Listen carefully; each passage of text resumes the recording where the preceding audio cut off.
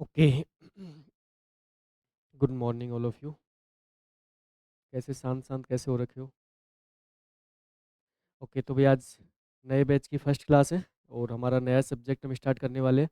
तो आज का जो हमारा सब्जेक्ट रहने वाला है वो डीबीएमएस रहने वाला है। तो मैं आपको डीबीएमएस जो पहला सब्जेक्ट है वो डीबीएमएस स्टार्ट कर रहा हूँ और सेकंड सब्जेक्ट में आपका स्टार्ट कर रहा हूँ सिस्टम एनालिसिस एंड डिजाइन। ठीक। एक बार थोड़ा सा हम ब्रीफ ओवरव्यू करेंगे चीज़ों के बारे में। आपके जो पर्टिकुलर जो सब्जेक्ट्स हैं उन सब्जेक्ट्स के बारे में समझने से पहले हम एक बार नॉर्मल हम ब्रीफ ओवरव्यू करेंगे। बेसिकली आप जो पर्टिकुलर एग्जाम की जो तैयारी करने वाले हो उस एग्ज़ाम के लिए किस टाइप से कैसे हमें सब्जेक्ट को कवर करना है। एग्ज़ाम की तैयारी में जब हम सब्जेक्ट स्टडी कर रहे होते हैं तो स्टडी के ड्यूरेशन में हमें किन किन पॉइंट्स को ध्यान में रखना है और स्टडी करते समय सब्जेक्ट्स के अंदर जो सब्जेक्ट्स आप कवर करने वाले हो उस सब्जेक्ट्स में हमारे द्वारा किस टाइप से क्या कंटेंट प्रोवाइड किया जाएगा और साथ में आपके द्वारा क्या उसमें एक्स्ट्रा एड ऑन करके आपको क्या करना है, कैसे आपको हार्ड वर्क करना है, कैसे आपको मेहनत करके उस सब्जेक्ट को कवर करना है। इन सभी पॉइंट्स पे बात कर लेते हैं। ठीक। तो अगर हम बात करें कि यहाँ पे हमारे पास में जो पर्टिकुलर जो वैकेंसी है, इस वैकेंसी की अगर बात करें तो हमारे पास में बेसिक कंप्यूटर इंस्ट्रक्टर और सीनियर कंप्यूटर इंस्ट्रक्टर ग्रुप में हमारी दो जो एग्जाम है वो एग्जाम हमारा ऑलरेडी एग्जाम डेट डिक्लेयर्ड है, जो कि हमारा अगस्त में एग्जाम होने वाला है और उसी अगस्त के एग्जाम के लिए हम तैयारी कर रहे हैं। और जो पर्टिकुलर एग्जाम जो अगस्त में होने वाला है उस एग्जाम में हमारा जो सब्जेक्ट्स की अगर बात करें और हम सिलेबस की बात करें तो हमारे बेसिक कंप्यूटर स्ट्रक्चर्स के अंदर जो हमारा टेक्निकल पार्ट है उसमें लगभग आपको 12 यूनिट दे रखी है और जो आपका सीनियर कंप्यूटर स्ट्रक्चर उसमें आपको 4 यूनिट एक्स्ट्रा दे रखी है। तो वो जो सब्जेक्ट्स आपके अलग अलग जो सब्जेक्ट्स आपको दे रखे हैं उन अलग अलग सब्जेक्ट्स के अकॉर्डिंग जो वेटेज होता है वो वेटेज फिक्स नहीं है। ठीक है। तो एक छोटा सा एक बार ब्रीफ ओवरव्यू में बता देता हूँ इन चीज़ों के बारे में, फिर उसके बाद में सब्जेक्ट्स को अच्छे से अंडरस्टैंड करेंगे, सब्जेक्ट को समझेंगे। ठीक। ये आप सभी को नई साल की बहुत सारी शुभकामनाएं और ये जो नया साल है ये आपकी लाइफ में जल्दी से सक्सेस और लेके आ जाए, वही आपको चाहिए, बाकी सब आपको मिल जाएगा अपने आप, है ना। देखो, अगर हम बात करें तो हम जिस पर्टिकुलर वैकेंसी के लिए हम तैयारी कर रहे हैं तो हमारे पास में अभी हम यहाँ पे बात कर रहे हैं, हमारे सामने दो वैकेंसी है। हम एक तो बात करें किसकी, एक तो बात करें बेसिक कंप्यूटर इंस्ट्रक्टर की बात कर रहे हैं। हम किसकी बात कर रहे हैं? हम बेसिक कंप्यूटर इंस्ट्रक्टर की बात कर रहे हैं और साथ में हमारे पास हम इसमें किसकी बात कर रहे हैं? सीनियर की बात कर रहे हैं, सीनियर कंप्यूटर इंस्ट्रक्टर की बात कर रहे हैं। ठीक।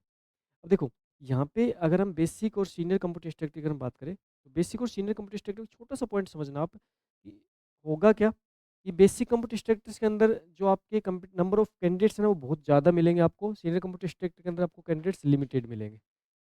बेसिक कंप्यूटर इंस्ट्रक्टर के अंदर जो एलिजिबिलिटी क्राइटेरिया है उस एलिजिबिलिटी क्राइटेरिया के अंदर अगर हम बिल्कुल बेसिक क्राइटेरिया की बात करें तो सबसे जो एलिजिबिलिटी क्राइटेरिया में सबसे जो लोवेस्ट क्राइटेरिया है वो क्या है आपका? पीजीडीसीए। यहाँ पे पीजीडीसीए कैंडिडेट्स एलिजिबल है, मतलब है कि अगर आपने ग्रेजुएशन कर रखा है ना, पीजीडीसीए और साथ में क्या होना चाहिए आपका? आपका ग्रेजुएशन होना चाहिए। तो अगर आपने पीजीडीसीए कर रखा है और ग्रेजुएशन कर रखा है, किसी भी सब्जेक्ट से आपका ग्रेजुएशन है, तो उसके बाद में अगर आपने पीजीडीसीए 1 साल का अगर आपने डिप्लोमा कर रखा है, तो यहाँ पे आप एलिजिबल हो जाते हो। ठीक। लेकिन अगर हम सीनियर की बात करें, तो सीनियर का जो एलिजिबिलिटी क्राइटेरिया ना, इसमें आपको यहाँ पे पोस्ट ग्रेजुएट करना पड़ता है। मतलब यहाँ पे आपके आपके पास क्या होना चाहिए? यहाँ पे आपके पास पीजी होनी चाहिए। और यहाँ पे सीनियर के अंदर जो पीजी कैंडिडेट है ना, वो बहुत लिमिटेड कैंडिडेट है। तो अगर कंपटीशन की बात करें ना, तो कंपटीशन हमेशा आपको यहाँ पे कम मिलेगा। सीनियर के अंदर आपको कंपटीशन कम मिलेगा, बेसिक के अंदर कंपटीशन हमेशा आपको ज़्यादा मिलेगा। क्यों? क्योंकि बेसिक के अंदर जो एलिजिबिलिटी क्राइटेरिया है ना, उसमें मिनिमम क्राइटेरिया आपका पीजीडीसी है। जैसे हम बात करें, तो लास्ट जो आपके 2022 में जो एग्ज़ाम हुआ था, उसमें लगभग आपके 2,70,000 बच्चों ने फॉर्म फिल किया था और लगभग मान के भई लगभग आपके 2 लाख के समथिंग बच्चों ने एग्ज़ाम दिया था। इस बार जो फॉर्म फिल करने वाले बच्चों की जो संख्या है वो लगभग आपके 3.5 लाख 4 लाख पहुँच जाएगी यहाँ पे। ठीक? तो यहाँ पे अगर फॉर्म फिल करने बात करें तो लगभग आपके 3.5 लाख से लेके 3.5 लाख से लेके आपके 4 लाख के बीच यहाँ पे फॉर्म फिल किए जाएंगे। इतने फॉर्म आपके फिल हो जाएंगे यहाँ पे। ठीक। अगर यहाँ पे अगर बात करें तो मेरा ये मानना है कि यहाँ पे जो फॉर्म फिल करने वाली संख्या होगी वो फॉर्म फिल करने वाली संख्या होगी 40,000 से लेके 50,000 मैक्सिमम, यानी मैक्स फॉर्म फिल करने वाली संख्या होगी। ये यहाँ पे संख्या होगी आपके 40,000 से लेके 50,000। ठीक। अगर यहाँ पे पोस्ट की बात करें, देखो अभी अगर पोस्ट की बात करें तो आज के डेट के अकॉर्डिंग हम मान के चल रहे हैं कि यहाँ पे आपकी कितनी पोस्ट है? 2,000 पोस्ट है सामान्य शिक्षा विभाग की। किसकी है? सामान्य शिक्षा विभाग की। प्लस में संस्कृत शिक्षा विभाग कितनी पोस्ट है भाई? 216। सही बात है। यहाँ पे अगर बात करें तो 300 पोस्ट तो किसकी है? सामान्य शिक्षक विभाग की। और लगभग आपकी 20 पोस्ट किसकी है? संस्कृत शिक्षक विभाग की। ये पोस्ट है, इन पोस्ट के अकॉर्डिंग आप इस पर्टिकुलर एग्जाम की आप तैयारी कर रहे हो। ठीक। एग्जाम डेट की अगर बात करें, एग्जाम डेट की अगर बात करें तो एग्जाम डेट ऑलरेडी बोर्ड ने डिक्लेयर कर रखी है। एग्जाम डेट ऑलरेडी बोर्ड ने डिक्लेयर कर रखी है, जिसमें आपकी 22 जो अगस्त का जो एग्जाम है वो तो किसका है? एससीआई का है, सीनियर कंप्यूटर इंस्ट्रक्टर एग्जाम है। और 23 जो अगस्त को जो एग्जाम है वो किसका है? वो आपका बीसीआई का एग्जाम है। तो अभी हम जनवरी में प्रवेश कर चुके हैं और 2026 हमारा स्टार्ट हो चुका है। और 2026 अगस्त की बात कर रहा हूँ, क्योंकि इससे पहले जब एग्जाम की डेट की बात होती थी तो फिर उस टाइम पे 2025 और 26 का अलग अलग साल की बात होती थी। लेकिन अभी आपका 2026 स्टार्ट हो चुका है और 2026 के अगस्त में एग्जाम है। 2026 अगर अगस्त की बात करें तो लगभग मान के चल रहे आपके पास 7 मंथ से तैयारी करने के लिए। कितने मंथ से? 7 मंथ, है ना। 7 महीने आपके पास तैयारी करने के लिए, क्योंकि बाकी के जो डे होते हैं, जैसे अगर आज की डेट से बात करें तो आज 2 जनवरी हो चुकी है भाई, हो चुकी है 2 जनवरी। अगस्त में एग्जाम है, 22-23 अगस्त को एग्जाम हो जाएगा। 2 दिन तो वो घटा दो, 2 दिन ये चले गए, 20 दिन है। तो 20 दिन का जो ड्यूरेशन होता है वो आपके छोटे मोटे काम में वैसे निकल जाएंगे। कभी आप घर पे चले गए, कभी कोई फंक्शन अटेंड कर लिया, कभी छोटी मोटी हारी बीमारी हो गई, तो 20 दिन आप मत काउंट करो। आपको लगभग 7 महीने आपको तैयारी करने को मिलेंगे। ठीक। अगर हम 7 मंथ की तैयारी की बात करें तो जो 7 मंथ्स आपको तैयारी करने के मिल रहे हैं, तो हम औसत मान के चल रहे हैं कि भाई आपके 7 मंथ्स के अंदर पर डे आपके पास में कितना कि मतलब 7 मंथ में आप कितने डे हो जाएंगे टोटल आपके? लगभग आपके 210 डे, 210 दिन हो जाएंगे। कितने दिन हो जाएंगे? 210 दिन। अब 210 दिन के अकॉर्डिंग, 210 दिन के अकॉर्डिंग अगर आप पर डे, अगर आप पर डे 6 घंटे आप पढ़ाई करते हो, 6 घंटे पढ़ाई करते हो, तो कितना हो गए भाई आपके? 6 दूनी 12, 12 60, 12 60 आवर्स। ये 12 60 आवर्स आपका क्या है? आपका वो हावर्स है जिसमें आप पढ़ाई कर सकते हो। ठीक है ना। खूब ज़्यादा से ज़्यादा अगर हम इसको कैलकुलेट करेंगे ना, औसत जो हावर्स आता है ना आपका, रियल में जो पढ़ाई का जो औसत हावर्स आता है वो आपका लगभग 7-8 घंटे, 8 घंटे तक आपका निकल जाता है। ठीक है, मैं एवरेज की बात कर रहा हूँ। किसी दिन आप मान के लो 11-12 घंटे पढ़ाई कर लिया आपने, किसी दिन फिर आपको वही आपकी कम पढ़ाई होती है, उससे तब मान के चल रहे कि आपके 8 घंटे पढ़ाई के निकल के आते हैं। लेकिन ठीक है, सबसे कम हम मान के चल रहे कि अगर आप पर डे 6 आवर्स अगर आप स्टडी करते हो तो भी आपके लिए आज की डेट के हिसाब से आपके पास में 1260 आवर्स का टाइम है पढ़ने के लिए। ठीक। अच्छा, अब दूसरा पॉइंट आता है कि सिलेबस जो कंप्लीट होता है, सिलेबस जो कंप्लीट होता है, सिलेबस कंप्लीट करने के लिए आपके पास अभी कितने हावर लगने वाले हैं उसकी बात कर लेते हैं। तो अगर मैं यहाँ पे पेपर फर्स्ट और पेपर सेकंड दोनों बात करूँ, है ना। पेपर फर्स्ट, दो वही आपका सेम कहानी है, दोनों में आपके 2 पेपर है, दोनों में आपके क्या है? 2 पेपर है भाई। एक तो क्या है यहाँ पे, पेपर फर्स्ट है, और एक क्या आपके पास में, पेपर सेकंड है। पेपर फर्स्ट की बात करें, कौन सा पार्ट है भैया? नॉन टेक पार्ट है, जीके जीएस का पार्ट है। ये कौन सा पार्ट है? टेक पार्ट है। कौन सा पार्ट है? Take part. ठीक। अच्छा, यहाँ पे अगर नॉन टेक पार्ट की बात करें तो नॉन टेक पार्ट के अंदर हम मान के चल रहे हैं कि लगभग आपके 400 हावर्स का टाइम लगेगा मैक्सिमम। 400 हावर्स को ना करके इसको कल जैसे हमने कैलकुलेट किया था बैठ के, तो 350 हावर्स का ही पूरा टाइम होता है इसका। कितना हावर्स का टाइम लगेगा आपको इस पार्ट में सिलेबस कंप्लीट करने में? यहाँ पे अगर बात करें तो यहाँ पे थोड़े से हावर्स बढ़ जाते हैं। यहाँ पे हावर्स आपके लगभग 450 हावर्स हो जाते हैं। सीनियर के अकॉर्डिंग चल रहा हूँ मैं, 450 और मैक्स, ये मैक्सिमम बात कर रहा हूँ, है ना। और मिनिमम की बात करें यहाँ पे तो लगभग आपके 350 आवर्स है मिनिमम। अगर मैं दोनों को यहाँ पे दोनों को अगर यहाँ पे मैं ऐड ऑन करूँ तो मान के चल रहे हैं कि लगभग भाई आपके, मान के चल रहे हैं लगभग आपके 700 हावर्स अराउंड आपका सिलेबस आपको कंप्लीट करना है, पढ़ना है। इतने घंटे का सिलेबस आपको पढ़ना है। ठीक है, ये जो है ये आपको स्टडी करना है पेपर फर्स्ट और पेपर सेकंड के रूप में, जो आप अभी उस पर्टिकुलर पेपर के लिए, उस पर्टिकुलर सब्जेक्ट के लिए आप क्या कर रहे हो, आप स्टडी करने के लिए आज से आपने ये बैच ज्वाइन किया है। अब इस बैच के साथ बेसिकली आपको क्या मिल रहा है, इस बैच के साथ आपको रिकॉर्डेड भी कंटेंट मिल रहा है। जो भी ऑनलाइन स्टूडेंट है जिन्होंने बैच ज्वाइन किया है, इस बैच के साथ रिकॉर्डेड कंटेंट आपको अवेलेबल करवाया जा रहा है।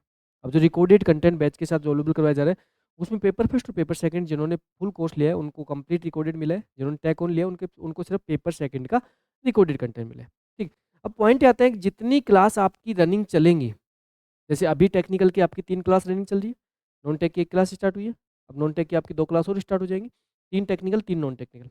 इस टाइप से हम हमारा टारगेट रहेगा जून तक आपका सिलेबस कंप्लीट करवाने का। ठीक है, अब ये जो बैच आप ज्वाइन कर रहे हो, उस बैच में जब जून तक हम सिलेबस कंप्लीट करवाएंगे, तो हम सिर्फ और सिर्फ सिलेबस कंप्लीट करवाने पे फोकस नहीं करेंगे। क्यों? क्योंकि अगर हम जून तक सिलेबस कंप्लीट करवाने पे फोकस करेंगे तो फिर आपकी तैयारी कब करोगे आप?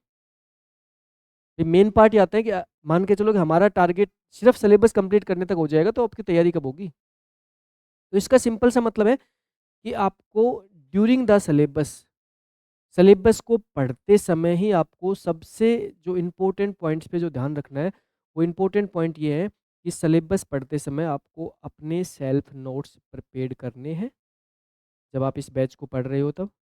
साथ में इस बैच के साथ में हर एक सब्जेक्ट के अंदर आपको एक यूनिक कॉन्सेप्ट देखने को मिलेगा, और वो यूनिक कॉन्सेप्ट ये देखने को मिलेगा कि जब आप बैच के अंदर कोई सब्जेक्ट की 7 से 8 क्लास कंप्लीट कर लोगे, तो उन 7 से 8 क्लास का एक सब्जेक्ट टेस्ट, एक टॉपिक टेस्ट कंडक्ट करवाया जाएगा।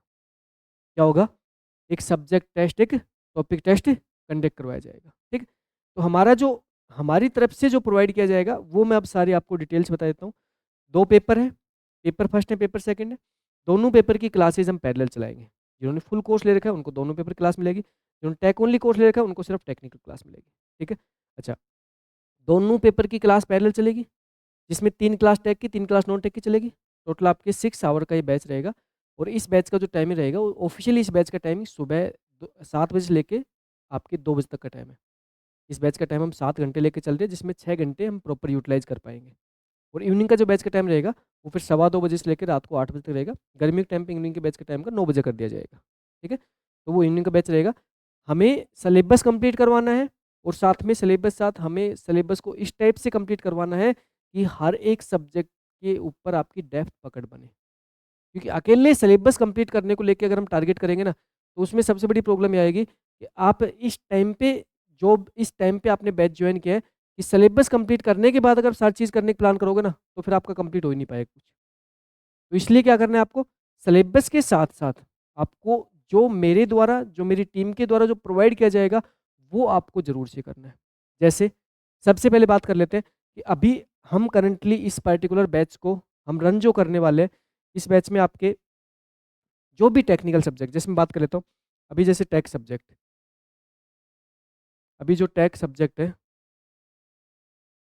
टैक्स सब्जेक्ट के रूप में पहला जो सब्जेक्ट स्टार्ट किया गया है, वो सब्जेक्ट कौन सा स्टार्ट किया गया?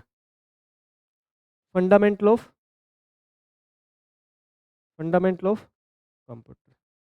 ठीक है? FOC, fundamental of computer start किया गया। कौन पढ़ा रहे हैं आपको? सैनी सर पढ़ा रहे हैं। कौन पढ़ा रहे हैं? सैनी सर। अच्छा, सेकंड जो सब्जेक्ट आपका स्टार्ट किया जा रहा है, वो कौन सा किया जा रहा है? Database management system. Database management system कौन पढ़ाएगा भाई? मैं सेल्फ में ही पढ़ाऊंगा ना, तो ये सब्जेक्ट मेरे द्वारा करवाया जाएगा, मैं ही पढ़ाऊंगा इसको। ठीक है?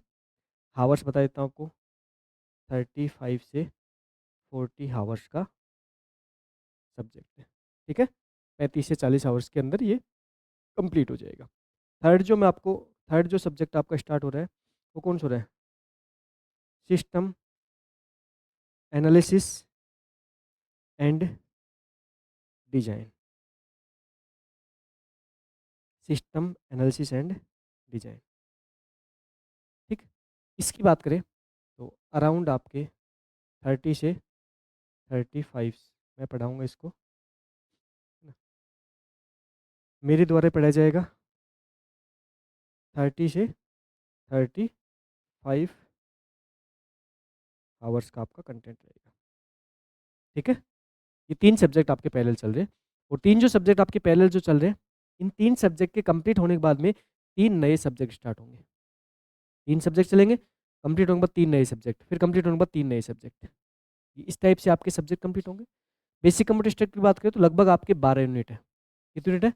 12 यूनिट है ऑफिशियली सिलेबस के अकॉर्डिंग, बट अनऑफिशियल देखोगे तो ज़्यादा यूनिट हो जाएंगे, क्योंकि कुछ सब्जेक्ट ऐसे हैं जो मिक्सचर दे रखे, जैसे ऑपरेटिंग सिस्टम, उसके साथ में कंप्यूटर ऑर्गेनाइजेशन मिक्सचर दे दिया, जबकि हमें 2 अलग-अलग सब्जेक्ट ग्रुप में पढ़ना होता है। ठीक है? ऑफिशियल देखोगे तो 12 है, बट अनऑफिशियल थोड़ा-सा बढ़ ही जाएगा। ठीक? अच्छा, सेकंड पार्ट ये आता है कि ये जो सब्जेक्ट आपके अभी रनिंग में चल रहे हैं, टेक सब्जेक्ट बात कर रहा हूँ, नॉन टेक के अंदर जैसे आपका अभी स्टार्ट हुआ है रीजनिंग, ठीक है? बहुत जल्दी आपके नॉन टेक में 2 सब्जेक्ट और स्टार्ट करवा देंगे, तो वो आपको पता लग जाएगा। अब ये जो सब्जेक्ट है, इस सब्जेक्ट के अंदर होगा क्या? जैसे मैं मेरे सब्जेक्ट को स्टार्ट करता हूँ, डीबीएमएस के अंदर जब मैं आपको 7 से 8 क्लास कंप्लीट करवा दूँगा, है ना? जैसे मेरी आपकी 7 से 8 क्लास कंप्लीट होगी, 7 से 8 क्लास कंप्लीट होते के साथ मैं क्या करूँगा? एक सब्जेक्ट टेस्ट कंडक्ट करवाऊँगा। क्या करवाऊँगा? एक subject test. Subject test conduct करवाएँगे, और ये जो सब्जेक्ट टेस्ट होगा, इस सब्जेक्ट टेस्ट की खासियत समझना क्या होगा? देखो धन्ना, मैं जब भी कोई काम करता हूँ ना, तो मैं अपना एक एम डिसाइड करता हूँ कि मुझे इस बार इस एम पे मुझे अपना कार्य परफॉर्म करना है। इसी टाइप से लाइफ में आपका भी एक एम होना बहुत ज़रूरी है, क्योंकि बिना एम के ज़बरदस्ती आप कोई चीज़ करते हो तो वो कभी भी आप टारगेट तक नहीं पहुँच पाओगे। जैसे हमारा टारगेट होगा कि 7 से 8 क्लास होते ही पहला एक सब्जेक्ट टेस्ट आपका कंडक्ट करवाया जाए। 50 क्वेश्चंस होंगे, 50 क्वेश्चंस होंगे, 50 नंबर का होगा, 1 हावर्स का टाइम होगा। ठीक है? जैसे आपका सब्जेक्ट टेस्ट कंडक्ट होगा, सब्जेक्ट टेस्ट कंडक्ट होने के बाद में आपका सब्जेक्ट टेस्ट का रिजल्ट लग जाएगा। नेक्स्ट डे क्या लग जाता है? रिजल्ट लग जाता है। ऑनलाइन वाले स्टूडेंट्स को विशेषकर ध्यान रखना है कि सब्जेक्ट टेस्ट जब कंडक्ट होगा तो स्टार्टिंग में सब्जेक्ट टेस्ट आपको मिलेगा पीडीएफ फॉर्मेट में। स्टार्टिंग में क्या मिलेगा? पीडीएफ फॉर्मेट में।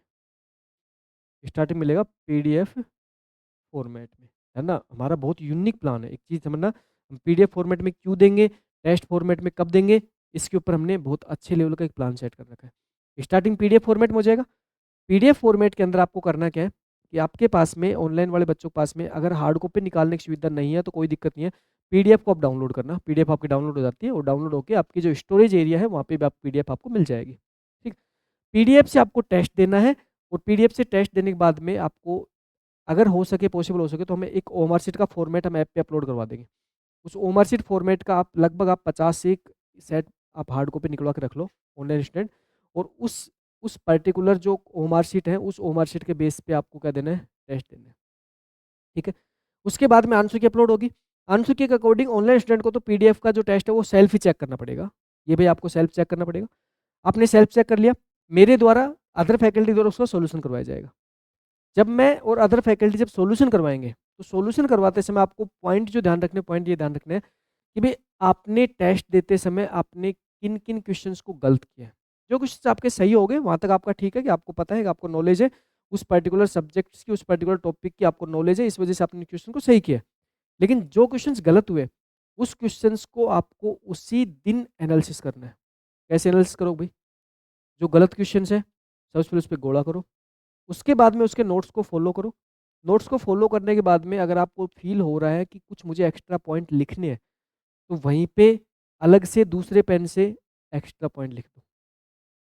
अलग से दूसरे पेन से एक्स्ट्रा पॉइंट लिख दो, या फिर आप क्या रखो, एक आपके पास में एक देखो, अलग एक है ना, अलग अलग कलर का एक वो आता है, स्टिकर्स टाइप से आते हैं, वो रखा करो साथ में। उन पे पॉइंट लिख के वहाँ पे पेस्ट कर दिया करो। इससे बेनिफिट क्या मिलेगा कि जो आपने काम किया है, उस काम में आपसे कुछ गलतियाँ हुई हैं, और आपने उन गलतियों को उसी टाइम सबक लेके उन गलतियों को सही कर लिया। इससे बेस्ट पढ़ने का वे हो ही नहीं सकता अगर आप ये कर लोगे तो। टेस्ट हुआ, रिजल्ट आया, सॉल्यूशन हुआ, आपने उस सॉल्यूशन का कोड एनालिसिस कर लिया, आपने एक्स्ट्रा पॉइंट ऐड ऑन कर लिए। ठीक है? हाइलाइट रखो, हाइलाइट कर लो चीज़ों को। भाई सर ने क्वेश्चन दिया है और यहाँ से क्वेश्चन पुट हुआ है, इसका मतलब पॉइंट इंपॉर्टेंट है, हाईलाइट कर लिया। दूसरा, ये जो टेस्ट होगा ना, इस टेस्ट की अच्छी खासियत ये होगी कि इसमें 25 क्वेश्चन जो होंगे ना, वो पीवाई के होंगे। पीवाई मतलब भाई प्रीवियस ईयर क्वेश्चन, और इसमें जो 25 क्वेश्चन होंगे ना, वो न्यू होंगे। क्या होंगे? अब 25 क्वेश्चन हम पीवाईक्यू और 25 क्वेश्चन न्यू हम क्यों लेते हैं? एक तो आपको आइडिया ये लगेगा सब्जेक्ट के बेस पे कि हम जो सब्जेक्ट पढ़ रहे हैं, इस सब्जेक्ट में अभी तक एग्जामिनर ने किस टाइप के कॉन्सेप्ट पे क्वेश्चन पूछे हुए हैं। एक तो इस चीज़ का पता लगेगा आपको, अभी तक एग्जामिनर ने किस कॉन्सेप्ट पे क्वेश्चन पूछे हुए हैं। तो आपको माइंड सेट क्लियर होगा कि हम जो पढ़ रहे हैं और एग्जामिनर जो क्वेश्चन पूछ रहे हैं उसमें थोड़ा सा डिफरेंस होता है। जब आप कोई चीज़ पढ़ते हो तो एग्जामिनर का माइंडसेट जो आपके क्वेश्चन पूछने को होता है वो थोड़ा सा आपका डिफरेंस होता है। और अभी जस्ट अधीनस्थ बोर्ड के चेयरमैन ने, आरपीएससी चेयरमैन ने अभी स्टेटमेंट भी दिए कि आगे इन फ्यूचर्स में जो हम एग्जाम कंडक्ट करवाएंगे वो रिसर्च ओरिएंटेड पेपर होगा, वो आपका डायरेक्टली रटने वाला पेपर नहीं होगा। अच्छी बात है, इस चीज़ को आप पॉजिटिव लेके चलना, क्योंकि ईमानदारी से अगर मेहनत करोगे ना तो मैं आपको 100% लिख के दे सकता हूँ कि आपका सिलेक्शंस होने के चांस बढ़ेंगे। क्योंकि जब पेपर हल्का बनता है ना तो उसमें सबसे बड़ी प्रॉब्लम ये आती है कि जो पढ़ने वाले बच्चे होते हैं उनको नुकसान होता है, क्योंकि उस टाइम पर गधे घोड़े बराबर हो जाते हैं। ये सबसे बड़ा नुकसान होता है पेपर हल्का बनने पर। और जब पेपर लेवल का बनता है तो पेपर का लेवल का बनने के पर सबसे अच्छा बेनिफिट ये होता है कि जो पढ़ने वाले बच्चे होते हैं ना उनको नुकसान नहीं होता, उनको बेनिफिट होता है और वो इजी वे में पेपर फाइट करते हैं, उनकी मेरिट अच्छी आती है। जैसे अभी आपने देखा होगा कि कुछ एग्जाम अधीश बोर्ड ने कंडक्ट करवाए और बहुत हल्के लेवल पेपर कंडक्ट करवा लिए। जैसे पटवार का देखा होगा आपने, है ना, वीडियो देखा होगा। हालात खराब बच्चों की, सिलेक्शन नहीं हो रहा। ईमानदारी से मेहनत करने वाले बच्चे, अच्छे से मेहनत करने वाले बच्चों का भी सिलेक्शन नहीं हो रहा, रुक रहा है सिलेक्शन वहाँ पे। क्यों? गधे घोड़े बराबर हो रहे हैं। एक आरएएस का पेपर कंडक्ट हुआ था, इससे पहले वाला, पता है आपको? आरएएस प्री का पेपर, इससे पहले वाला जो आरएएस प्री का पेपर कंडक्ट हुआ था, उसमें सब गधे घोड़े बराबर हो गए। सब गधे घोड़े बराबर हो गए। क्यों? बहुत ईजी पेपर डाल दिया आरपीएससी ने। और उसमें जो बच्चे पुलिस पटवार की तैयारी कर रहे थे ना, वो भी आरएएस को फाइट कर गए। किसको? प्री को। अब वो प्री को फाइट करने के बाद उनको लगा कि यार हम तो आरएएस अधिकारी बन गए। लेकिन जब मेन देखा ना, हालात खराब होगी। मेन देखने के बाद हालात खराब होगी, पेन नहीं चला। मेन में आरपीएससी ने इतनी बुरी कंडीशन की कि पेन नहीं चला। वहां पे बैठे रहे आराम से, पंखे की हवा खाकर सो के आ गए बच्चे वापस। ये हालात थी आरएएस में। और सबसे कम कट ऑफ गई अभी तक की, आज तक की सबसे कम कट ऑफ। 800 में से 200 कुछ नंबर कट ऑफ गई थी। रिकॉर्ड रहा था आज तक का सबसे कम कट ऑफ जाने का। तो ये चीजें डिपेंड करती है पेपर के ऊपर। हल्का पेपर बन जाएगा तो कट ऑफ इतनी ज्यादा जाएगी कि हम एक्सपेक्ट नहीं कर सकते। जैसे अभी आपके सामने रिजल्ट आए, और पेपर अगर ज्यादा ही स्टैंडर्ड बन जाएगा उसमें भी हम एक्सपेक्ट नहीं कर सकते कट ऑफ कितनी जाएगी। इनके बीच का एक जो इनके बीच का कहते हैं, इनके बीच का जो जरिया है, वो जरिया ये है कि पेपर अच्छे लेवल का बनना चाहिए और अच्छे लेवल के पेपर में आपको धैर्य रखना चाहिए, सिलेक्शन हो जाता है। जैसे लास्ट 2022 की वैकेंसी में जो बीसीआई का जो पेपर था, बीसीआई का पेपर अच्छे लेवल का, हम बहुत बहुत हाई लेवल का पेपर नहीं था, हम मानते हो मॉडरेट लेवल का पेपर था। लेकिन उसमें बच्चों का सिलेक्शन नहीं होने के पीछे सबसे बड़ी प्रॉब्लम ये थी कि आपने उस टाइप के पेपर का कभी उससे पहले आपने न तो एनालिसिस किया, न उस टाइप के पेपर को उससे पहले अटेम्प्ट करके कभी ये करने की ट्राई की कि यार इसमें कम नंबर पे सिलेक्शन होता है। भाई, एक छोटा सा कॉन्सेप्ट मैं आपको बताता हूँ। आरएस प्री का जो पेपर हुआ था उसमें गधे घोड़े बराबर हुए। जो सब तैयारी कर रहे थे वो सब किस में चले गए? मेंस में चले गए। उसके बाद मेंस का जो पेपर था, वो मेंस का पेपर किसका फाइट हुआ?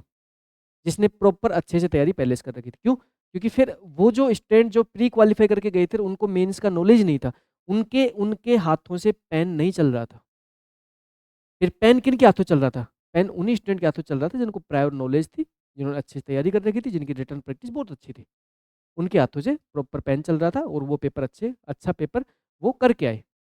सेम कहानी यहाँ पे होती है कि जब जब पेपर का लेवल बहुत हाई होता है तो उसमें अपने आप को रोकना होता है। फिर चाहे आप 100 में से 50 ही क्वेश्चन करके आओ, लेकिन वो 50 क्वेश्चन कॉन्फिडेंस साथ करके आओ और आगे क्वेश्चन को छोड़ के आ जाओ।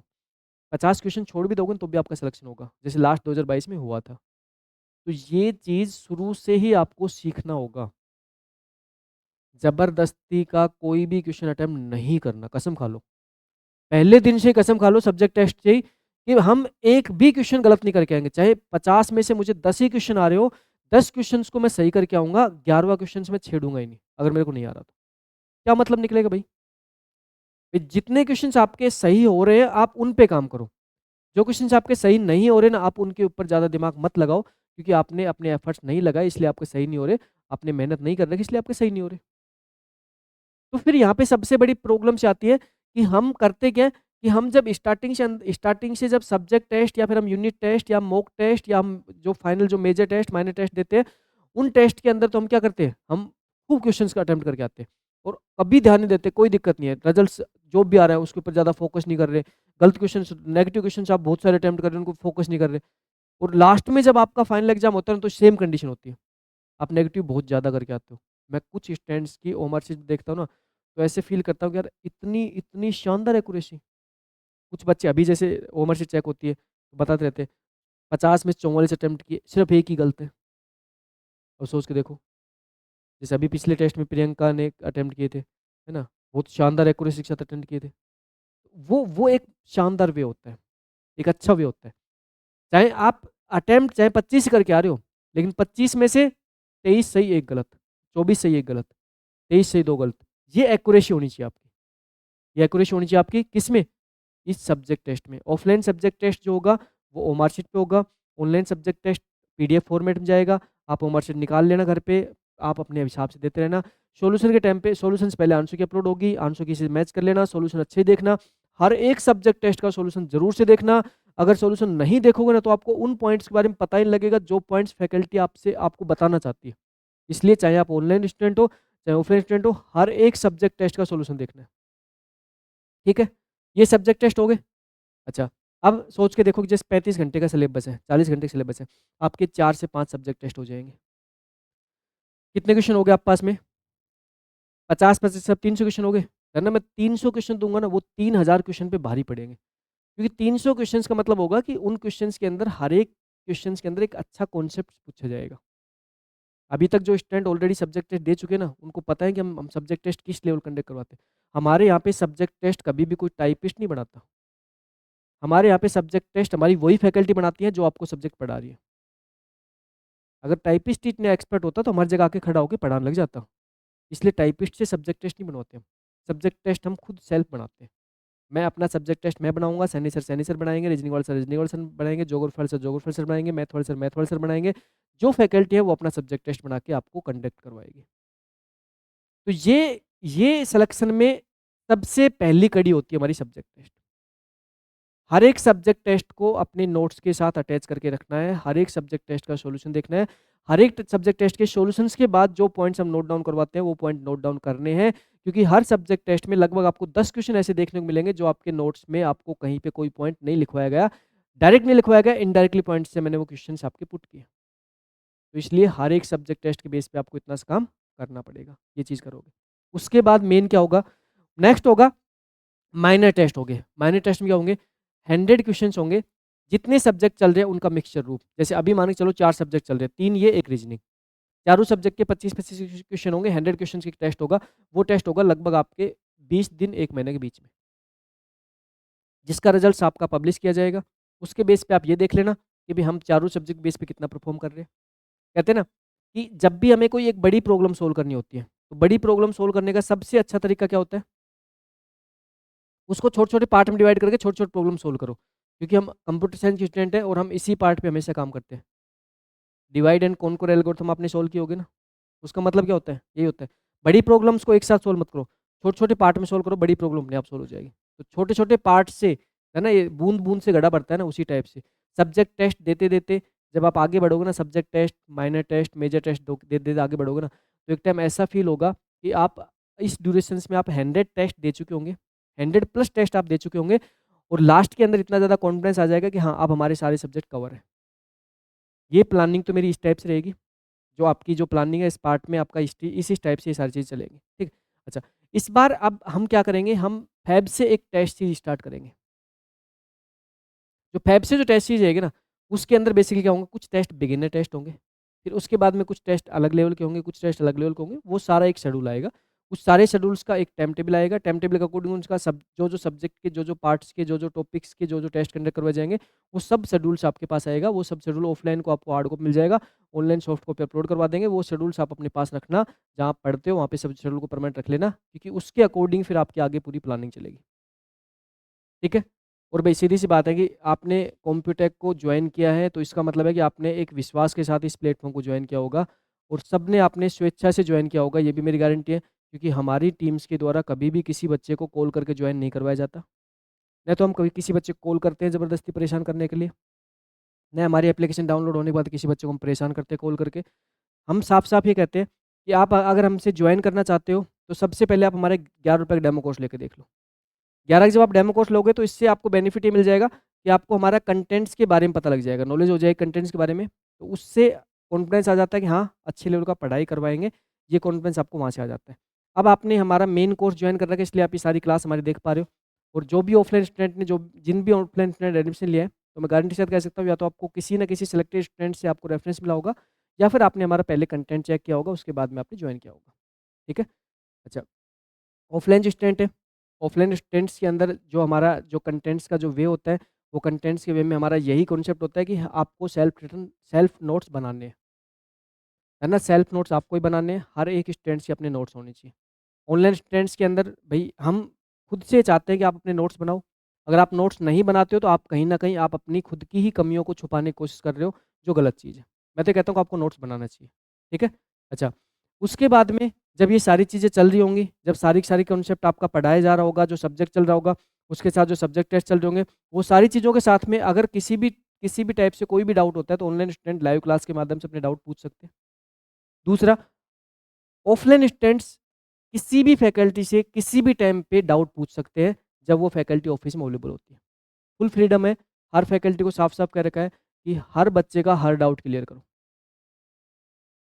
कभी कोई फैकल्टी आपको मना कर ही नहीं सकती और बहुत प्यार से आपको डाउट बताएगी, कोई दिक्कत नहीं है। ये सब चलेगा। अब हमारे पास में एक एक नया कॉन्सेप्ट होता है जिस कॉन्सेप्ट की हम बात करते हैं रैंडम टेस्ट। ये क्या होता है? Random test. इन सब के अलावा हम एक टेस्ट की बात करते हैं और वो जो टेस्ट का कॉन्सेप्ट होता है, उस टेस्ट के कॉन्सेप्ट को हम कहते हैं क्या? हम कहते हैं रैंडम टेस्ट। हम कहते हैं रैंडम टेस्ट। तो ये रैंडम टेस्ट मैं तब कंडक्ट करवाऊँगा जब आप अपनी फीस सारी सबमिट कर दोगे, है ना? उससे पहले नहीं करवाऊँगा, क्योंकि भग जाओगे बीच में। तो पहले सारी फीस आपकी आ चुकी होगी हमारे पास, है ना? मैं पूछ लूँगा एमडी सर से कि फीस आ चुकी नहीं आई? जब फीस पूरी आ चुकी होगी तो फिर ये टेस्ट कंडक्ट करवाऊँगा। और ये जो टेस्ट होगा, इस टेस्ट का मतलब होगा कि मैं उस दिन घर से गुस्से में आऊँगा, है ना? गुस्सा पीक लेवल पे होगा। आके मैं एक फाइल लगाऊँगा जिसमें 30 से 40 से 50 क्वेश्चन्स होंगे और उस दिन फिर आपकी लंका लगेगी। कैसे लगेगी? किसी भी स्टूडेंट को रैंडमली खड़ा करूँगा मैं। क्वेश्चन्स आपके सामने होगा, आंसर पूछूँगा और उसके बाद में अल्टीमेट लेवल की बेइज़्ज़ती की जाएगी। तो वो बेइज़्ज़ती ना हो और आप तैयार रहो। तो इस चीज़ के लिए आपको करना क्या है? आपको सब्जेक्ट शुरू से आपको रिवाइज़ करते चलना है। इस टेस्ट के अंदर आपको जो काम करना है ना, वो काम मैं जो करवाऊँगा वो काम क्या रहेगा और आपको जो करना है वो बता देता हूँ। देखो, रैंडम टेस्ट में क्या होगा? जैसे मान चलो कि सब्जेक्ट 20 आवर्स का कंप्लीट हो चुका है। अब मेरा मन किया कि भई क्यों ना बच्चों को वो सारे क्वेश्चन दिखा दिए जाए जो एग्ज़ामिनर पुट करते हैं। जो आरपीएससी से रिलेटेड है, अधीश बोर्ड से रिलेटेड है या फिर अदर जो स्टेट्स हैं उनके एग्ज़ाम से रिलेटेड क्वेश्चंस हैं, वो क्वेश्चंस मुझे दिखाने चाहिए। तो रैंडम टेस्ट में सारे के सारे पीवाई के होते हैं। सारे के सारे क्या होते हैं? पीवाई के होते हैं। जो कॉन्सेप्ट आपको पढ़ा चुका हो, जो कॉन्सेप्ट पढ़ाया जा चुका होता है, उसी कॉन्सेप्ट रिलेटेड आपके पीवाई के होते हैं रैंडम टेस्ट में। अच्छा, उसमें सिर्फ आपको इतना सा काम करना है, जैसे मान चलो आज की क्लास आपने कंप्लीट की, तो आज की क्लास का रिवीजन मतलब है कि आज आपने रिवीजन कर लिया। कल की क्लास आपने कंप्लीट की, तो कल की क्लास के बाद में जब रिवीजन करोगे ना, तो फर्स्ट क्लास से रिवीजन करना। इस टाइप से थर्ड जब क्लास कंप्लीट होगी तो फर्स्ट से थर्ड तक रिवीजन करना, फोर्थ के बाद फर्स्ट से फोर्थ तक, फिफ्थ के बाद फर्स्ट से फिफ्थ तक, फिर इसी टाइप जब 10th क्लास कंप्लीट होगी ना तो रिवीजन के टाइम पे फर्स्ट फर्स्ट से लेकर 10th क्लास तक रिवीजन करना। ठीक है? ये तरीका होना चाहिए रिवीजन करने का। उसके बाद जब रैंडम टेस्ट दोगे ना तो कभी कोई दिक्कत नहीं आएगी, क्योंकि रैंडम टेस्ट में आपको प्राइवेट इन्फॉर्मेशन नहीं मिलेगी। रैंडम टेस्ट में क्या होगा? जस्ट आपके सामने पीडीएफ लगेगी और पीडीएफ लगने के बाद में डायरेक्टली स्टूडेंट को खड़ा किया जाएगा, खड़ा होकर बता भाई आंसर बता। अच्छा, नो भी ये भी नहीं कह सकते सर नहीं आता, ये भी नहीं कह सकते, गलत आंसर नहीं दे सकते, क्योंकि आप गोली दे नहीं सकते। आप ये नहीं कह सकते कि सर को गोली देकर ऐसे गुमराह कर दें, कर नहीं सकते। नॉलेज लेके खड़ा हूँ आपके सामने, इसलिए वो चीज़ होने नहीं दूँगा। फिर क्या होगा? फिर 2 ही चीज़ होगी, या तो आपका आंसर प्रॉपर आएगा या फिर आपकी बेइज़्ज़ती होगी, है ना? और ज़्यादा ज़्यादा ही आपने गलत आंसर देने की कोशिश की तो क्लास से बाहर भी जा सकते हो, क्योंकि उस टाइम तक आपकी फ़ीस भी पूरी आ चुकी होती है ना? और हम पूरी कंडीशन लिखते हैं। आपको 1 वीक तक फ़ीस रिफंड की फैसिलिटी मिलती है, तो कोई दिक्कत नहीं, 1 वीक तक आप फ़ीस रिफंड करवा सकते हो ऑफलाइन स्टूडेंट। ऑनलाइन स्टूडेंट में किसी टाइप से कोई फ़ीस रिफंड कॉन्सेप्ट होते ही नहीं है, क्योंकि ₹11 का डेमो है पहले। डेमो लो और उसके बाद हमारा कोर्स ज्वाइन करो। ठीक, ये सारी बात रही। तो हम कभी किसी स्टूडेंट को कोर्स ज्वाइन करने के लिए मजबूर नहीं करते, कोर्स ज्वाइन अपनी स्वेच्छा से करते हैं। स्वेच्छा से कोर्स ज्वाइन करने के बाद फिर हम उसके बाद में उस पर पूरा कंट्रोल कर लेते हैं, फिर हमारे अंडर में आ जाता है, फिर उसका कूटना पीटना जो भी करना होता है वो हम करते हैं। और हाँ, सिलेक्शन दिलवाते हैं, सिलेक्शन दिलवाते हैं, इस चीज़ की गारंटी लेते हैं। और ये 100% दावे के साथ कह सकता हूँ कि कंटेंट के मामले में आप सिलेक्शन अगर आपका नहीं भी होगा ना, तो ज़िंदगी में आप ये नहीं कह सकते कि यादव सर ने हमारे साथ गलत किया। अगर सिलेक्शन नहीं होगा ना, तो आपने आपके लास्ट में आपके मुँह पे एक ही वर्ड होगा कि गलती हमारी थी, बस यादव सर की बात नहीं मानी, उतने एफर्ट्स हमने नहीं लगाए जितने यादव सर लगाए थे। उसके अलावा सिलेक्शन नहीं होने का कोई आपके पास में इसके अलावा कोई एक्सक्यूज़ हो ही नहीं सकता, मैं लिख के दे सकता हूँ। कोई एक्सक्यूज़ नहीं होगा आपके सामने। सिर्फ़ एक ही एक्सक्यूज़ होगा कि गलती हमारी थी और हमने अपनी तैयारी उस लेवल से नहीं की जिस लेवल से यादव सर चाह रहे थे। जितने एफर्ट्स मैं लगाऊँगा ना, उतने एफर्ट्स लगा लेना, दोनों का एफर्ट्स के इक्वल टू सक्सेस लिखना मेरी गारंटी है। ठीक है? समझ गए सारा? नया बैच है, स्टार्ट करते हैं फ्रेश सिरे से, सब्जेक्ट स्टार्ट करते हैं। ठीक है? ओके भई। ये सारी कहानी मैंने आपको बता दी बैच के बारे में, सारे पॉइंट्स आपको बता दिए बैच के बारे में। आज का हमारा जो सब्जेक्ट स्टार्ट होने वाला है, उसके बारे में बात करने वाले हैं, डीबीएमएस के बारे में। हम बात करेंगे डेटाबेस मैनेजमेंट सिस्टम के बारे में। ठीक? तो देखो, सबसे सबसे पहले हम बात कर रहे हैं कि हमारा जो डीबीएमएस का जो पार्ट है, डीबीएमएस का जो पार्ट है, डेटाबेस मैनेजमेंट सिस्टम पार्ट है, उसमें जो बीसीआई का सिलेबस है, बीसीआई का जो सिलेबस है, वो बीसीआई का सिलेबस तो भई आपको ऊपर वाले पार्ट में गिवन है। ठीक? और डीबीएमएस का जो एससीआई का सिलेबस है, डीबीएमएस में जो एससीआई का सिलेबस है, सीनियर कंप्यूटर स्ट्रक्चर सिलेबस है, वो आपके इस पार्ट में गिवन है। अब एक बात थोड़ा सा समझो, आपने सबने अपनी सेपरेट नोट्स कॉपी बना ली होगी, बना ली ना, है ना? डीबीएमएस और सिस्टम एनालिसिस डिजाइन एक ही कॉपी में नोट डाउन कर लेना, कोई दिक्कत नहीं है। ठीक है, एक नोट कॉपी बना लो डीबीएमएस की और सेड की, ठीक है? दोनों की एक नोट कॉपी बना लेना, ज़्यादा दिक्कत नहीं आएगा आपको। ठीक है, क्या भाई? लगभग जो आपके 200 पेज के 200 250 पेज की जो कॉपी आती है ना, नोटबुक आती है, 300 पेज के समथिंग स्टैंडर्ड नोटबुक आ जाती है, 250 300 की, तो स्टैंडर्ड नोटबुक्स आपको बनानी है। ठीक है, उसमें डीबीएमएस और सेट दोनों कवर हो जाएगा। हाफ में डीबीएमएस कर लो, हाफ में सेट कर लो, उसमें पेज बचेंगे आपके। तो पेज बचेंगे वो किस लिए बचेंगे? जब मैं आपको टेस्ट का सोल्यूशन कराऊंगा तो सोल्यूशन लिखना होगा आपको, एक्स्ट्रा पॉइंट ऐड ऑन करवाऊंगा, वो पॉइंट ऐड ऑन करने होंगे। ठीक है, तो इस टाइप से आप एक को बना लो, एक में आपका काम चल जाएगा। ठीक, अच्छा, अब देखो, अगर मैं बीसीए के सिलेबस की बात करूँ, ऑफिशियली सिलेबस है डेटाबेस मैनेजमेंट सिस्टम, जिसमें सबसे पहले ऑफिशियल सिलेबस में सबसे पहले क्या लिख रखा है? पहला पॉइंट लिख रहा है an overview of the database management system. Database management system का सबसे पहले ओवरव्यू के बारे में बात कर रखा है। फिर नेक्स्ट जो पार्ट है ना, वो नेक्स्ट पार्ट बात कर रखा है क्या? Architecture of the database system. Database system का आर्किटेक्चर क्या होता है, उसके बारे में बात कर रखी है। फिर नेक्स्ट बात कर रखा है relational relational database management system, मतलब आरडीएमएस बात कर रखी है। किस बात कर रखी है? आरडीएमएस। फिर नेक्स्ट पार्ट की बात कर रखी है डेटाबेस की क्या? डिजाइन। डेटाबेस क्या? डिजाइन।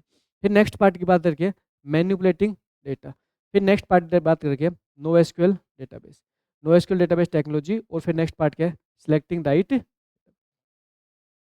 ऑफिशियली सिलेबस है जो आपको गिवन है अधीनस्थ बोर्ड के द्वारा। किसके द्वारा गिवन है? अधीनस्थ बोर्ड के द्वारा ऑफिशियल सिलेबस आपको गिवन है। फिर अगर एससीआई की बात करें, सीनियर कंप्यूटर स्ट्रक्चर की बात करें, तो सीनियर कंप्यूटर स्ट्रक्चर में इस सिलेबस को इस टाइप से डिफाइन किया गया है। समझो, देखो पॉइंट कैसे यहाँ पे डिफाइन किया गया। ER model, relational algebra, relational algebra of the calculus and database, relational algebra calculus and database।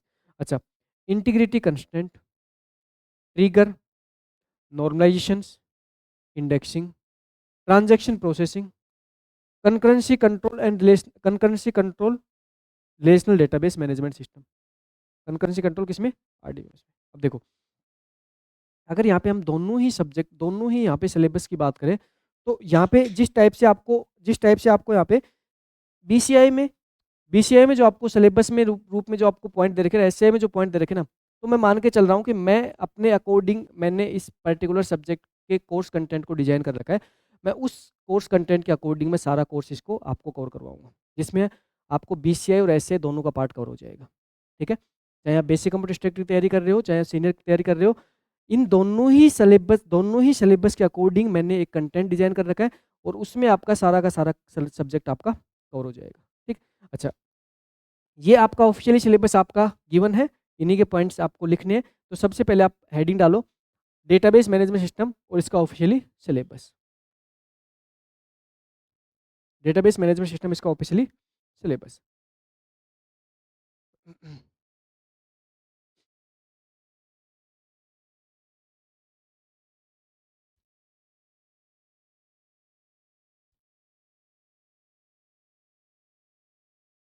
भाई देखो, जितना कंटेंट ऑफलाइन वालों को मिलेगा, सेम एज कंटेंट ऑफलाइन वालों को बच्चों को मिलेगा। जितना कंटेंट ऑफलाइन को मिलेगा उतना कंटेंट ऑनलाइन मिलेगा। हाइब्रिड मोड क्लासरूम हमारा, जब भी हमारा कोई भी क्लास में कोई भी टॉपिक स्टार्ट होता है, सेम टाइम पे ऑनलाइन वो कंटेंट जाता है। तो सबसे पहले आप हेडिंग डालो जिसमें आप लिखो कि आपके ऑफिशियली सिलेबस रूप में आपको क्या क्या पढ़ना है। बुक सजेस्ट कर दो, बिल्कुल सजेस्ट करूंगा भाई आपको।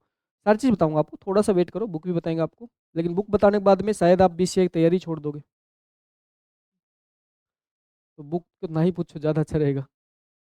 देखो, बुक पढ़ना बहुत अच्छी बात है। मैं कह रहा हूँ, बुक बुक से अच्छी चीज़ तो हो ही नहीं सकती। मैं खुद बुक से पढ़ के आता हूँ, और बुक से ज़्यादा नॉलेज नहीं मिल सकती आपको, क्योंकि बुक उन स्टैंडर्ड राइटरों के द्वारा लिखी होती है जो उस सब्जेक्ट के ज्ञाता होते हैं।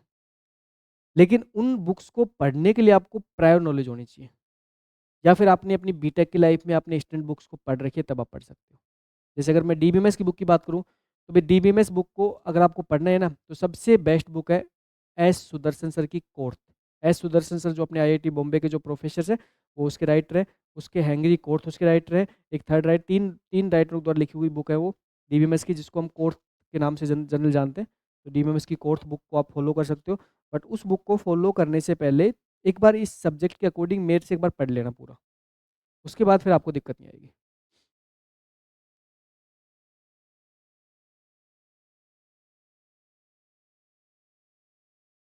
भाई नॉन टेक की फैकल्टी आपको नॉन टेक के बारे में कंप्लीट डिटेल बताएगी, निश्चिंत रहो। नॉन टेक की जितनी फैकल्टी, जैसे अभी आपके सामने नॉन टेक के रूप में शायद रीजनिंग क्लास हुई होगी, कैसी लगी फैकल्टी?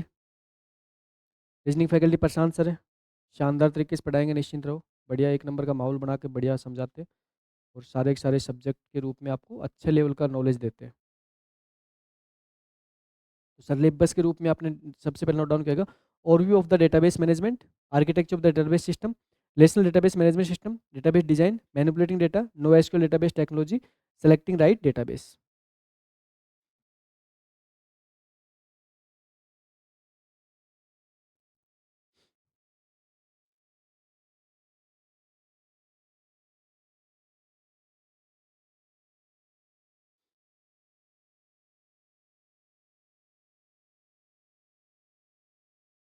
चलिए जी, हो गया नोट डाउन। चलो, अब आपको पढ़ना क्या है उसको लिखो। ये तो ऑफिशियली सिलेबस होगा जो आपको आपको अभी जस्ट आपको बताया है। उसके बाद में कोर्स कंटेंट जो आपको स्टडी करना है। कोर्स कंटेंट जो आपको स्टडी करना है, डरना। जब भी आप किसी सब्जेक्ट को पढ़ना स्टार्ट करो, उस सब्जेक्ट से पहले आपको एटलीस्ट इतना पता होना चाहिए कि आप इस सब्जेक्ट के अंदर क्या पढ़ने वाले हो। ठीक है, ये पॉइंट्स आपको पता होना चाहिए उस सब्जेक्ट के अंदर। सबसे पहला जो पॉइंट्स हम स्टडी करेंगे, वो पॉइंट्स करेंगे इंट्रोडक्शन टू डीबीएमएस। ठीक है, तो पहला जो हम पॉइंट पढ़ेंगे वो पढ़ेंगे किसके बारे में, इंट्रोडक्शन। तो बात करेंगे हम, पहला पॉइंट नोट डाउन करो, इंट्रोडक्शन टू डीबीएमएस। हम डीबीएमएस की इंट्रोडक्शन की बात करेंगे। अब देखना, डीबीएमएस के इंट्रोडक्शन के अंदर हम बेसिकली किसकी बात करेंगे? हम सबसे पहले बात करेंगे, हम सबसे पहले बात करेंगे व्हाट इज डेटा। डेटा क्या होता है? डेटाबेस। डेटा क्या होता है? डेटाबेस क्या होता है? And data, database and DBMS software. सबसे पहले बात करेंगे डेटा क्या होता है, डेटाबेस क्या होता है, और डीबीएमएस सॉफ्टवेयर क्या होता है। इन पॉइंट बात करेंगे। अच्छा, उसके बाद बात करें तो हम बात करेंगे कि हम हमारे पास में एक हम बात करेंगे डेटा होता है हमारे पास में, एक हमारे पास में इंफॉर्मेशन होती एक हमारे पास में नॉलेज होती है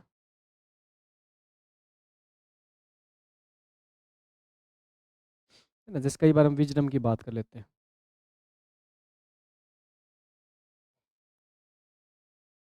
ठीक है, फिर यहाँ पे हम बात करेंगे, यहाँ पे हम बात करेंगे रिप्रेजेंटेशन ऑफ डेटा।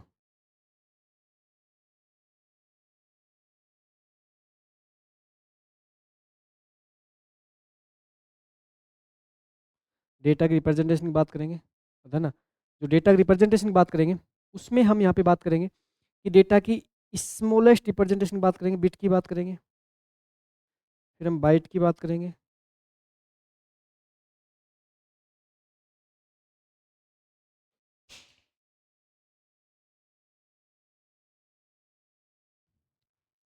बिट की बात करेंगे, बाइट की बात करेंगे, फिर हम फील्ड की बात करेंगे,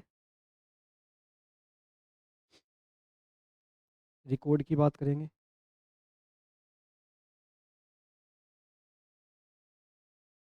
फाइल्स की बात करेंगे,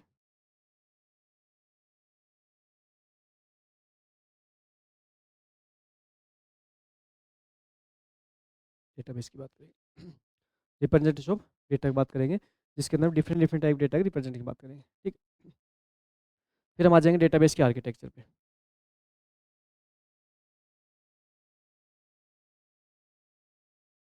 डेटाबेस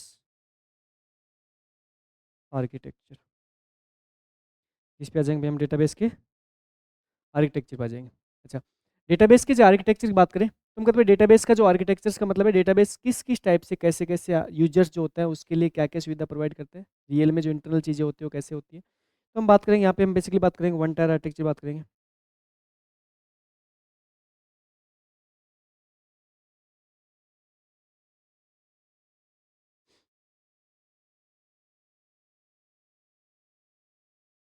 टू टायर आर्किटेक्चर की बात करेंगे।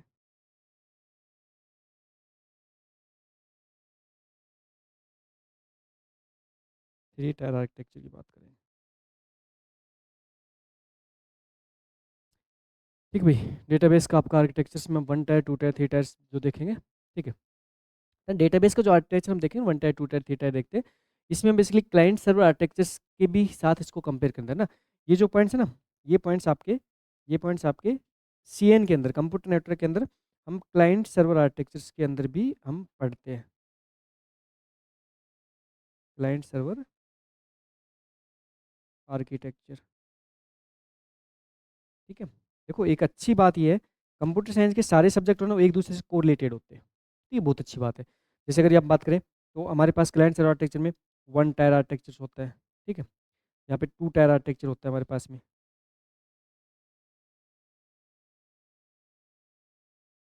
जैसे अभी सैनी सर जो आपको पढ़ा रहे हैं, सैनी सर जिस टाइप से आपको चीज़ें जो डिलीवर कर रहे हैं ना, जो चीज़ें आप पढ़ा रहे हैं आपको एफओसी में, उनका सबका एडवांस रूप मैं पढ़ाऊंगा आपको। सैनी सर जो मेमोरी के पार्ट को पढ़ाएंगे ना, उस मेमोरी का पूरा डेप्थ रूप आपको मैं पढ़ाऊंगा ऑपरेटिंग सिस्टम में, कंप्यूटर ऑर्गेनाइजेशन।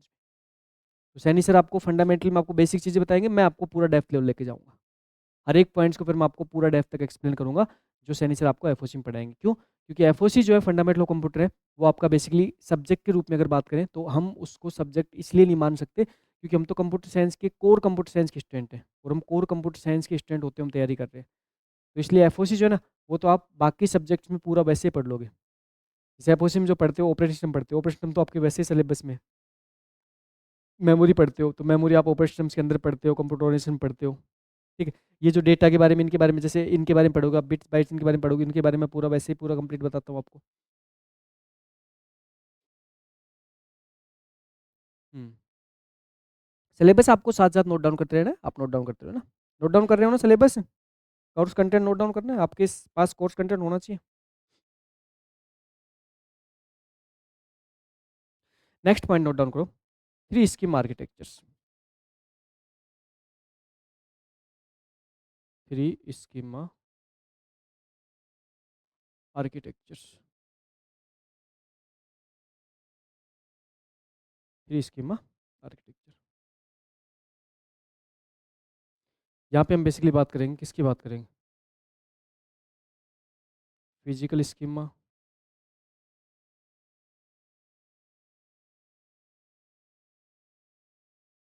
लॉजिकल स्कीमा, और कौन सी? External schema. इस सब्जेक्ट से प्यार हो जाएगा, ये मेरी गारंटी है। बस थोड़ा सा आप इस सब्जेक्ट में प्रॉपर आप अच्छे से पढ़ते रहना, जिस अकॉर्डिंग मैं पढ़ाऊंगा। सब्जेक्ट बहुत शानदार है, सारे सब्जेक्ट में प्यार हो जाएगा, ठीक है। फिर हम बात करेंगे database instance database instance and scheme. फिर हम बात करेंगे डेटा इंडिपेंडेंस। इसकी बात करेंगे डेटा इंडिपेंडेंस। डेटा इंडिपेंडेंस हम बात करेंगे किसकी? Physical data independence, physical data independence, और साथ में बात करेंगे किसकी? Logical data independence. ठीक है, फिजिकल डेटा इंडिपेंडेंस और लॉजिकल डेटा इंडिपेंडेंस। ठीक है, फिर उसके बाद बात करेंगे types of database model. Next बात करेंगे types of database model. Types of ना, टाइप्स ऑफ डेटा मॉडल कह दो या इसको डेटाबेस मॉडल कह दो, एक ही बात है ना, डेटा मॉडल या फिर इसको डेटाबेस मॉडल कह दो।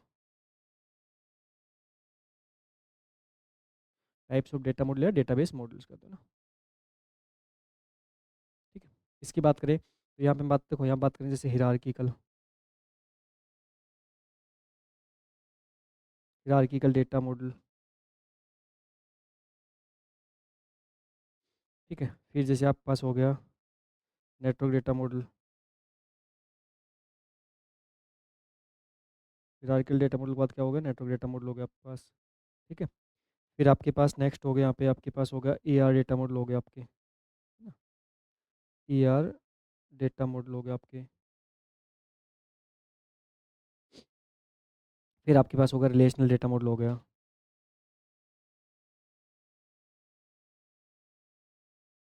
रिलेशनल डेटा मॉडल हो गया आपके पास में। ठीक है, फिर जैसे नो एसक्यूएल डेटा मॉडल हो गया।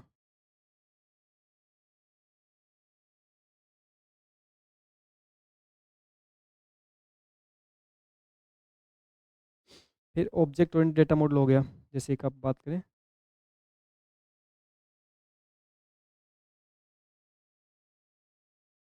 Object oriented data. फिर जैसे ऑब्जेक्ट ओरिएंटेड का ऑब्जेक्ट रिलेशनल डेटा मॉडल हो गया। ठीक, इस टाइप से आपके और डेटा मॉडल है, लेकिन हमें बेसिक बेसिक जो पढ़ना है, मतलब हमें जो इंपॉर्टेंट्स हमारे लिए है, वो मैं बता रहा हूँ आपको, ये सारे आपके इंपॉर्टेंट्स के रूप में। अब इनमें सबसे ज़्यादा इंपॉर्टेंट है ना, सबसे ज़्यादा इंपॉर्टेंट है वो हमारा, सबसे ज़्यादा इंपॉर्टेंट ये फर्स्ट पे, ये बहुत इंपॉर्टेंट है। सेकंड पे हमारा इंपॉर्टेंट कौन है? ये। और थर्ड पे इंपॉर्टेंट कौन सा है? ये वाला। ये सबसे इंपॉर्टेंट बने, इसको ही हम क्या कहते हैं? इसको हम बोलते हैं R D B M S. क्या बोलते हैं? R D B M S. R D B M S मतलब क्या बोलते हैं इसको? मतलब इसको क्या बोलते हैं? Relational database relational database management system.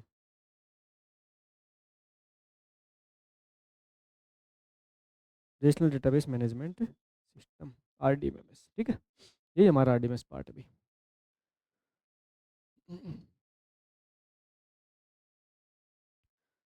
साथ के साथ सिलेबस पूरा नोट डाउन करो, सारे पॉइंट्स कोर्स कंटेंट रूप में, कॉपी का पहला पेज होना चाहिए आपका जो कोर्स कंटेंट हो गया।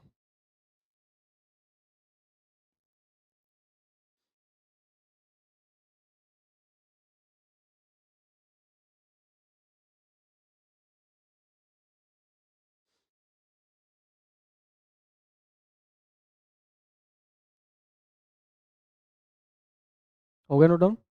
आगे बढ़े? ठीक है, नेक्स्ट बात करते हैं। नेक्स्ट हमारा जो पार्ट आता है वो होता है डेटाबेस की डिजाइन। नेक्स्ट हम किसके बारे में बात करेंगे? नेक्स्ट हम बात करेंगे किसके? डेटाबेस डिजाइन के बारे में बात करेंगे। Database design. अब देखो छोटा सा पॉइंट समझना, डेटाबेस डिजाइन का मतलब यहाँ पे क्या है? डेटाबेस डिजाइन का मतलब यहाँ पे हम डेटाबेस का ग्राफिकल डिजाइन की बात करेंगे। डेटाबेस किसकी बात करेंगे? डेटाबेस का ग्राफिकल रिप्रेजेंटेशन। तो यहाँ पे हम डेटाबेस की डिजाइन तैयार करेंगे, और हम किसकी बात करेंगे? हम बात करेंगे डेटाबेस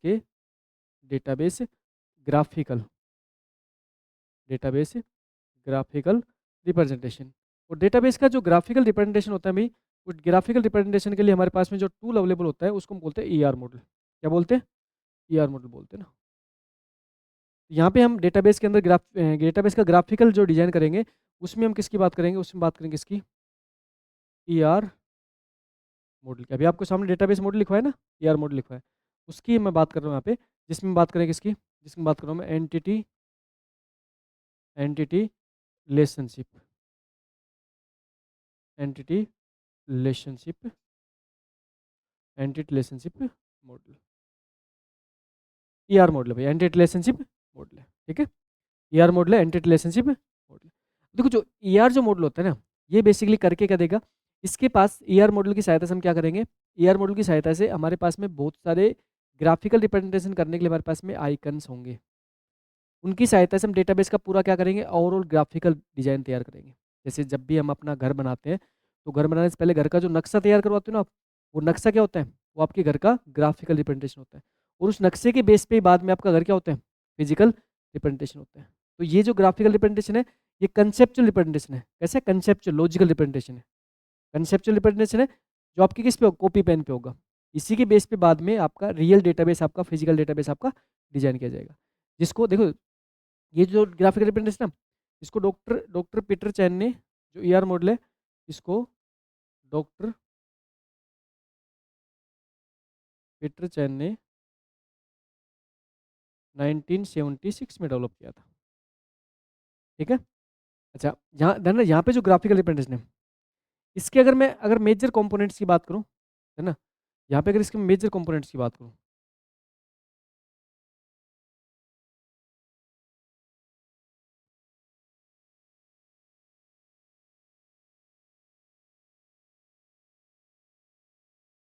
मेजर अगर कंपोनेंट्स की बात करें, तो मेजर कंपोनेंट्स के रूप में भी आपके एक तो क्या होगा? एक तो आपके पास में होगी एंटिटी, एक रिलेशनशिप, और एक आपस क्या होगा? एट्रीब्यूट। एग्जाम में डायरेक्टली क्वेश्चन पूछ लेता है कि आपका जो ईआर मॉडल होता है, उसमें मेजर्स कंपोनेंट्स कौन कौन से होते हैं। ये क्वेश्चन तो आपको सिलेबस से आपको आंसर मिल जाएगा। 3 मेजर कंपोनेंट्स होते हैं, एंटिटी, रिलेशनशिप और एट्रीब्यूट, ठीक है। फिर हम बात करते हैं मैपिंग कार्डिनल कंस्ट्रेंट की बात करते हैं ना। फिर यहाँ पे जैसे इसी में ईआर मॉडल्स में क्या होता है? हमारे पास में एक होता है mapping cardinality.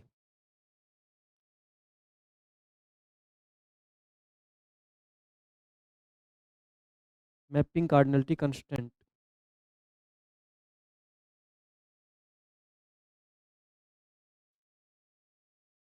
Mapping cardinality constraint, इसके अंदर से बात करें तो हमारे पास क्या होता है?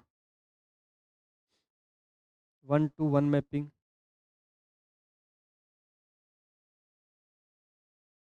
मैपिंग कार्डिनल का 1 to 1 mapping, 1 to many mapping, 1 to 1 mapping, 1 to many mapping, many to 1 mapping. कुछ कुछ ध्यान आ रहा है? बीटेक में कुछ कुछ पढ़ा था, many to many मैपिंग। अगर बीटेक में अच्छे से पढ़ लिया होता, तो ये सारी चीज़ें आपको दोबारा पढ़ने की जरूरत नहीं होती है ना। लेकिन अच्छी बात है, बीटेक में आपने नहीं पढ़ा, ये बहुत अच्छी बात है ना? अच्छी बात है ना। अगर बीटेक में सारी चीज़ आप पढ़ ली होती तो मेरे पास क्यों आते फिर हमारी इनकम कहाँ से होती, है ना। बीटेक में तो आप सिर्फ पैसे देने जाते हो ना कॉलेज में। बीटेक कॉलेज सच में एक ऐसा ऐसा एक एक बहुत शानदार से एक शॉपिंग मॉल है, जिसमें आप बहुत अच्छा खासा बल्क में वहाँ पे आप रुपए देते हो, और उसके बाद लेके सिर्फ और सिर्फ एक कागज़ लेके आते हो, है ना। एक कागज़ के लिए आप इतने सारे रुपए दे के आते हो वहाँ पे। और हमारे पास जब फीस देने की बारी आती है ना, तो फिर आपका सिस्टम ऐसा हो जाता है कि आप पहले ही बहुत सारे लूट चुके होते हो, और फिर आप यहाँ पे आने के बाद आप फीस पे क्या मानते हो? फिर कम कर दो।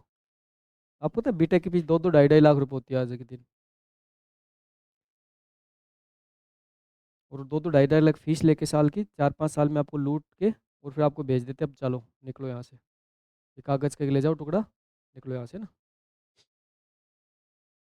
हो गया डेटाबेस डिजाइन का पूरा नोट डाउन हो गया, ठीक। फिर नेक्स्ट बात करें, तो नेक्स्ट हमारे पास में स्टार्ट होता है, हम बात करते हैं किसकी? हम बात करें RDBMS, relational database management system. ये हमारा सबसे मेन पार्ट है, रिलेशनल डेटाबेस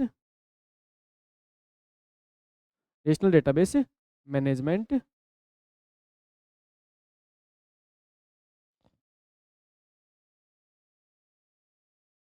ये हमारा मेजर पोर्शन है भाई, RDBMS relational database management system. ठीक, सिंपल सी बात है। यहाँ पे हमारे पास में हम किसकी बात करते हैं, यहाँ पे हम बात करते हैं किसकी, जो आपके सब्जेक्ट के रूप में जो आपकी गिवन है, कौन सा पार्ट, RDBMS वाला पार्ट। अब ये RDBMS वाला पार्ट है ना, ये कहता है कि आपका जो डेटा है ना, डेटा जो है उसको आप किस में रखो, रिलेशन में रखो। ये किसकी बात करता है, डेटा उधर ना, ये बेसिकली बात किस करता है, ये बात करता है रिलेशन की। किसकी बात करते हैं, रिलेशन। रिलेशन मतलब क्या, संबंध। रिलेशन मतलब क्या, संबंध। लेकिन डेटाबेस में क्या कहते हैं, टेबल। ये क्या कहते हैं, टेबल। ठीक, देखो ये कहता है कि आपको जो डेटा है ना, ये जो पर्टिकुलर जो कॉन्सेप्ट के अंदर जब RDBMS का जो हम स्टडी करेंगे उसमें छोटा सा बेसिक सा कॉन्सेप्ट मैं आपको समझा देता हूँ कि RDBMS आप क्या कहता है। RDBMS आपको कहता है आपको जितना भी डेटा रखना है ना, उस डेटा को आप टेबल की फॉर्मेट में रखो। किस फॉर्म में रखो, टेबल की फॉर्मेट में रखो। जैसे जैसे आपके पास में, जैसे मान चलो आपके पास में क्या है, आपके पास में जैसे मान चलो कि स्टूडेंट का डेटा रखे, स्टूडेंट की ID है, स्टूडेंट क्या है, नेम है, स्टूडेंट क्या है, जैसे एज है। इस टेबल को हम कह रहे हैं भाई स्टूडेंट की टेबल, स्टूडेंट इन्फो की टेबल। स्टूडेंट इन्फॉर्मेशन क्या है, ये स्टूडेंट इन्फॉर्मेशन क्या है, टेबल है ना। ये स्टूडेंट इन्फॉर्मेशन टेबल है ना, इस टेबल को ही हम RDBMS की भाषा में क्या कहते हैं, रिलेशन कहते हैं। क्या कहते हैं, रिलेशन कहते हैं। ठीक, अब जो RDBMS कहता है कि आपको डेटा है ना इस टेबल में रखना है। डेटा किस में रखना है, टेबल में। जैसे यहाँ पे अगर डेटा रखने की बात करोगे तो स्टूडेंट की ID ग्रुप में जैसे ID होगी 101, 102, 103, 104, 105। ठीक, इस टाइप से इसमें जैसे कुछ भी नाम रख लीजिए, यहाँ पे इसमें कुछ नाम रख लीजिए भाई, जो भी आपको नाम रखना है आप नाम रख सकते हो।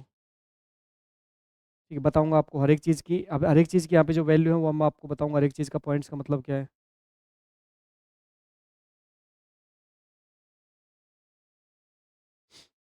ऐसे टेबल्स के अंदर डेटा रखने की बात करता है कौन, RDBMS। अब हमें RDBMS के अंदर इस टेबल की पूरी विशेषता पढ़नी है। अब जो टेबल्स के अंदर डेटा रख रहे हो ना, ये तो आपकी बहुत बहुत छोटी टेबल है। आपके पास आज के दिन जो बैंकिंग सेक्टर है ना, बैंकिंग सेक्टर के अंदर जो करोड़ों अकाउंट है, उन करोड़ों अकाउंट का मैनेजमेंट टेबल के थ्रू हो रहा है। तो वो जो करोड़ों अकाउंट का जो मैनेजमेंट हो रहा है ना, उन करोड़ों अकाउंट के मैनेजमेंट के टाइम पे जो टेबल्स है ना, ये टेबल्स के अंदर आपको बहुत प्रॉपर तरीके से हर चीज़ को मैनेज करना पड़ेगा। और वो पूरा पूरा जो मैनेजमेंट है ना, वो पूरा पूरा मैनेजमेंट आपको कौन सिखाता है,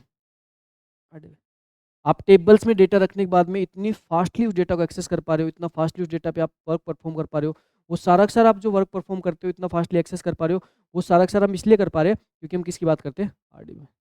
अब इसके अंदर, इस कॉन्सेप्ट के अंदर सबसे पहले हम जिस कॉन्सेप्ट बात करेंगे उसमें बात करेंगे हम डेटाबेस के अंदर पहला जो कॉन्सेप्ट हमारा स्टार्ट होगा वो होगा कीज। RDB में उसके सबसे पहले हम स्टार्ट क्या करेंगे, कीज इन डेटाबेस। डेटाबेस की कीज के बारे में बात करेंगे भाई। इसके बारे में बात करें, डेटाबेस की कीज के बारे में। और कीज के अंदर देखो, कीज के अंदर बेसिकली बात करें तो हम यहाँ पे बात करेंगे किसकी, जिसे हम बात करेंगे कैंडिडेट की क्या होती है, हम बात करेंगे प्राइमरी की क्या होती है,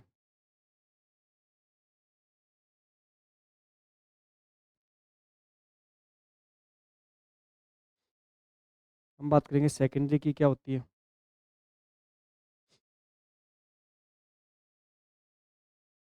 हम बात करेंगे सुपर की क्या होती है,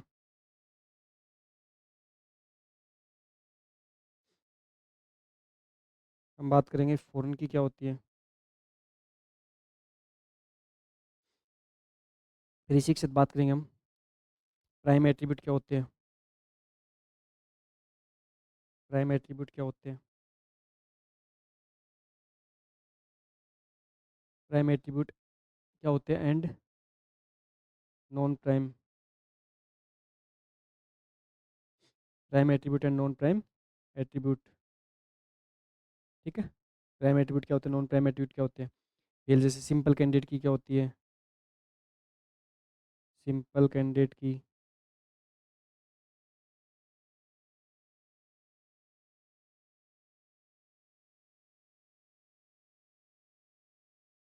कंपाउंड या फिर कंपाउंड या कॉम्प्लेक्स।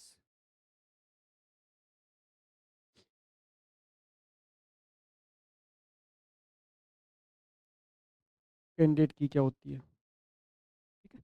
इन सारे पॉइंट्स को हमें स्टडी करना है कि इसके रूप में।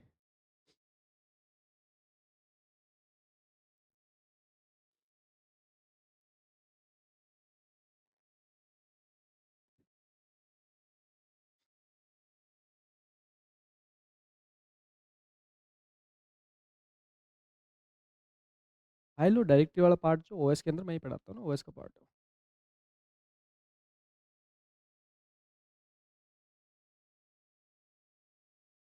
हो गया, नोट डाउन हो गया, आगे बढ़े। फिर देखो नेक्स्ट पार्ट जो हमारा आता है वो आता है नॉर्मलाइजेशन के ऊपर। किसकी बात करते हैं हम, नॉर्मलाइजेशन की बात करते हैं। और नॉर्मलाइजेशन के ऊपर जिस पार्ट की बात करते हैं उसमें से हम देखो नेक्स्ट बात करते हैं। नेक्स्ट हमारा पार्ट पार्ट आता है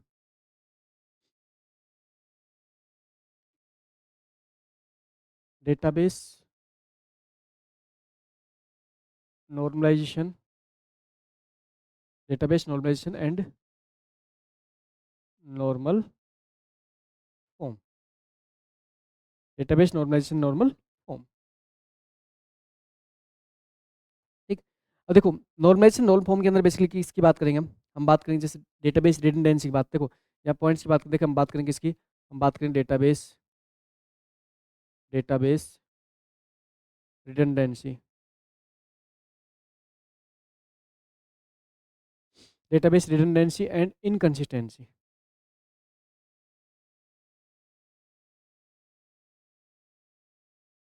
डेटाबेस रिडंडेंसी एंड इनकंसिस्टेंट की बात करेंगे, ठीक है। अच्छा, उसके बाद बात करेंगे how to eliminate,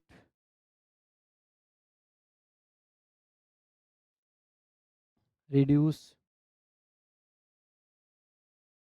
remove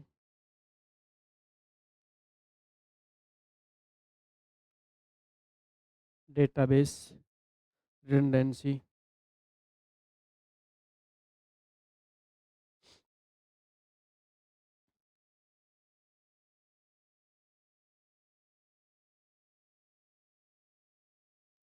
normalizations and decompositions,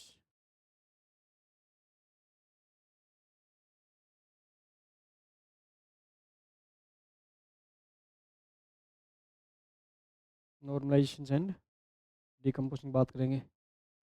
फिर डेटाबेस एनालिसिस की बात करेंगे, डेटाबेस एनालिसिस की बात करेंगे, ठीक है। डेटाबेस के एनालिसिस के अंदर बात करेंगे किसकी, हम बात करेंगे इंसर्ट एनालिसिस की बात करेंगे, इंसर्ट,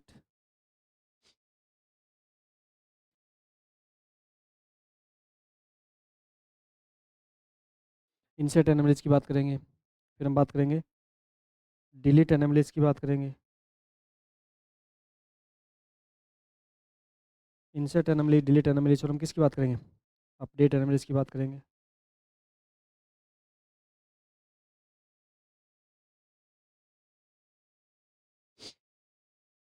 इसी पार्ट में हम बात करेंगे किसकी, फंक्शनल डिपेंडेंसी, फंक्शनल डिपेंडेंसी मतलब एफडी की बात करेंगे, ठीक है।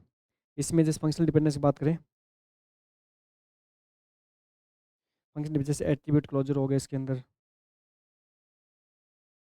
हम बात करेंगे किसकी, एट्रीब्यूट क्लोजर की बात करेंगे। आप सिलेबस नोट डाउन करते रहो एक बार, तो आप कोर्स कंटेंट एक बार तो नोट डाउन करते रहो। एट्रीब्यूट क्लोजर की बात करेंगे, फाइंड कैंडिडेट की बात करेंगे,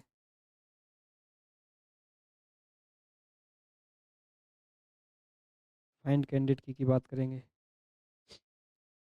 एट्रीब्यूट क्लोजर की बात करेंगे, फाइंड कैंडिडेट की बात करेंगे। एक बार आप ऐसे नोट डाउन करते हो, जैसे लिखवा रहा हूँ as it as note down करते हो ना। अभी भाई आपको डीबीएमएस की और सिस्टम एनालिसिस डिजाइन की एक ही आपको एक ही मतलब नोटबुक बनानी है आपको ना, एक कॉपी बनानी है आपको,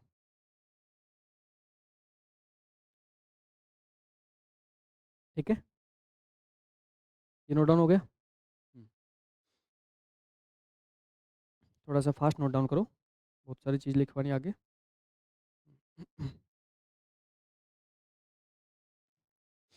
इसी में एक पॉइंट यहाँ लिख देता हूँ फिर, है ना। फिर जैसे हम बात करते हैं नॉर्मल फॉर्म के बारे में बात करते हैं। नॉर्मल फॉर्म, नॉर्मल फॉर्म की बात करें तो first normal form, second normal form, third normal form, BCNF Boyce Codd normal form, fourth normal form, fifth normal form. ये क्या है आपका? ये आपका फर्स्ट नॉर्मल फॉर्म है। इसी टाइप से आपका क्या है? सेकंड नॉर्मल फॉर्म है। ये आप क्या है? थर्ड नॉर्मल फॉर्म है। ये आप क्या है? बायोस्कोर्ड नॉर्मल फॉर्म आपका। फिर वही आपका फोर्थ नॉर्मल फॉर्म है।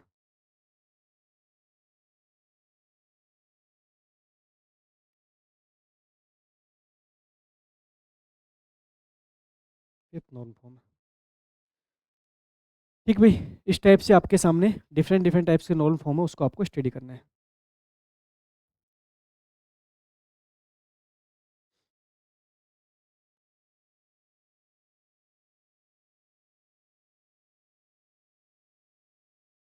नोट डाउन हो गया? फास्ट नोट डाउन करते रहो। उसके बाद नेक्स्ट बात करेंगे इंडेक्सिंग इन डेटाबेस। नेक्स्ट जो पार्ट होगा वो पार्ट हो किसका? इंडेक्सिंग का। इसकी बात करेंगे, हम बात करेंगे इंडेक्सिंग इन डेटाबेस। इंडेक्सिंग इन डेटाबेस, डेटाबेस के अंदर इंडेक्सिंग क्या होती है, और इसके अंदर बात करेंगे types of index in database. इसमें बात करेंगे इसके types of index in database. फिर नेक्स्ट हम पार्ट जो स्टार्ट करेंगे, नेक्स्ट जो पार्ट हम स्टार्ट करेंगे वो स्टार्ट करेंगे कौन सा? Transaction management system. Transaction management,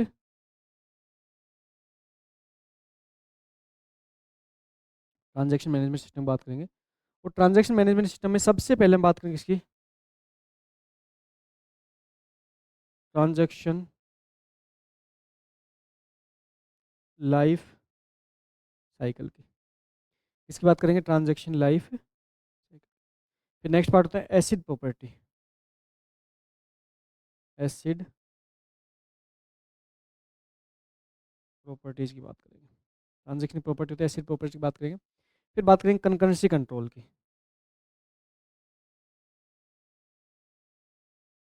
concurrency control, ठीक है। कंकरेंसी कंट्रोल के अंदर जैसे आपके पार्ट हो गया लॉकिंग इन डेटाबेस,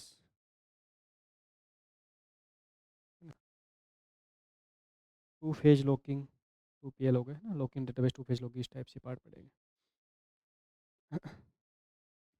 ये पार्ट हम स्टडी करेंगे इसके अंदर ट्रांजैक्शंस मैनेजमेंट के अंदर। ट्रांजैक्शन मैनेजमेंट सिस्टम में ट्रांजैक्शंस का life cycle, acid property, concurrency control के बारे में स्टडी करेंगे। फिर हमारे पास में एक जो पार्ट आएगा उस पार्ट में बात करेंगे इसकी, फिर हम बात करेंगे relational algebra and relational calculus. Relational algebra, relational algebra and, ये डायरेक्ट लिख देता हूँ, relational algebra and calculus.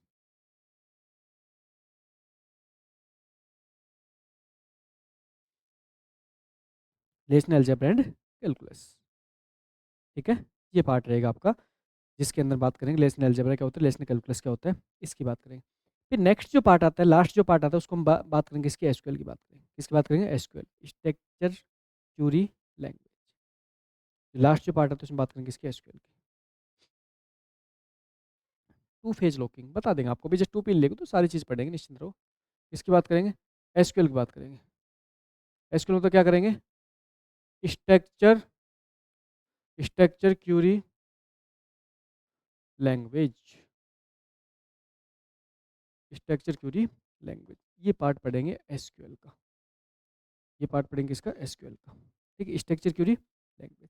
Structure Curie language के अंदर बेसिकली हम क्या करेंगे, जैसे हम बात करेंगे इसकी, जैसे हम पढ़ेंगे डीडीएल, है ना, जिसको क्या कहेंगे हम, डेटा डेफिनेशन लैंग्वेज।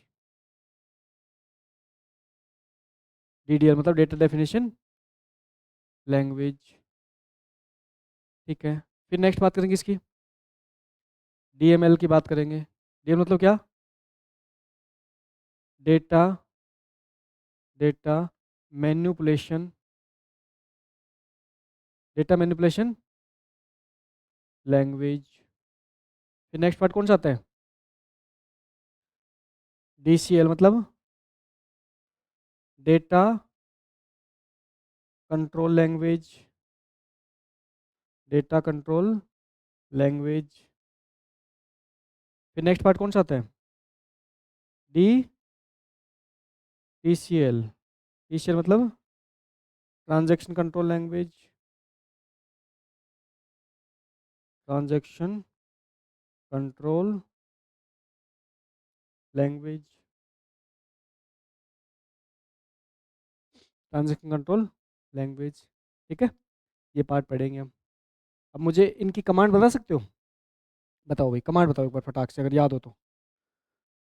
इसकी कमांड कौन, डीक्यूएल कमांड कौन कौन सी है, क्रिएट, क्रिएट अल्टर, ड्रॉप, कौन सी, ट्रंकेट, कौन सी ट्रंकेट, इसकी बता दीजिए, insert, insert update delete, insert update delete, उधर ना सेलेक्ट जो है वैसे तो डीक्यूएल की कमांड है, डेटा क्यूरी लैंग्वेज कमांड है, लेकिन इसको यहीं पे रख दिया जाता है ना, वैसे तो इसको बात करें तो किसकी है, डेटा क्यूरी लैंग्वेज कमांड है, बट इसको डीएमएल के साथ रख दिया जाता है। ठीक है, इसकी बता दीजिए, revoke and grant,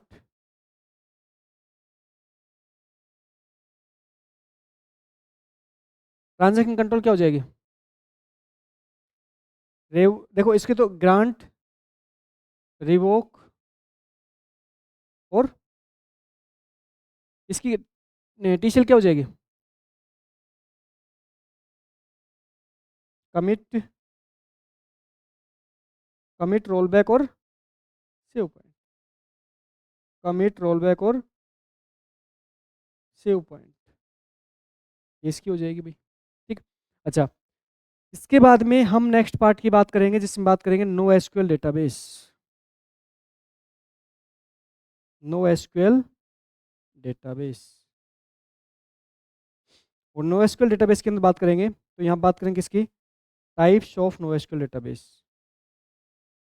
types of no SQL database, types of no SQL database. उसके बाद में छोटा सा पॉइंट हम पढ़ेंगे, select, select right database.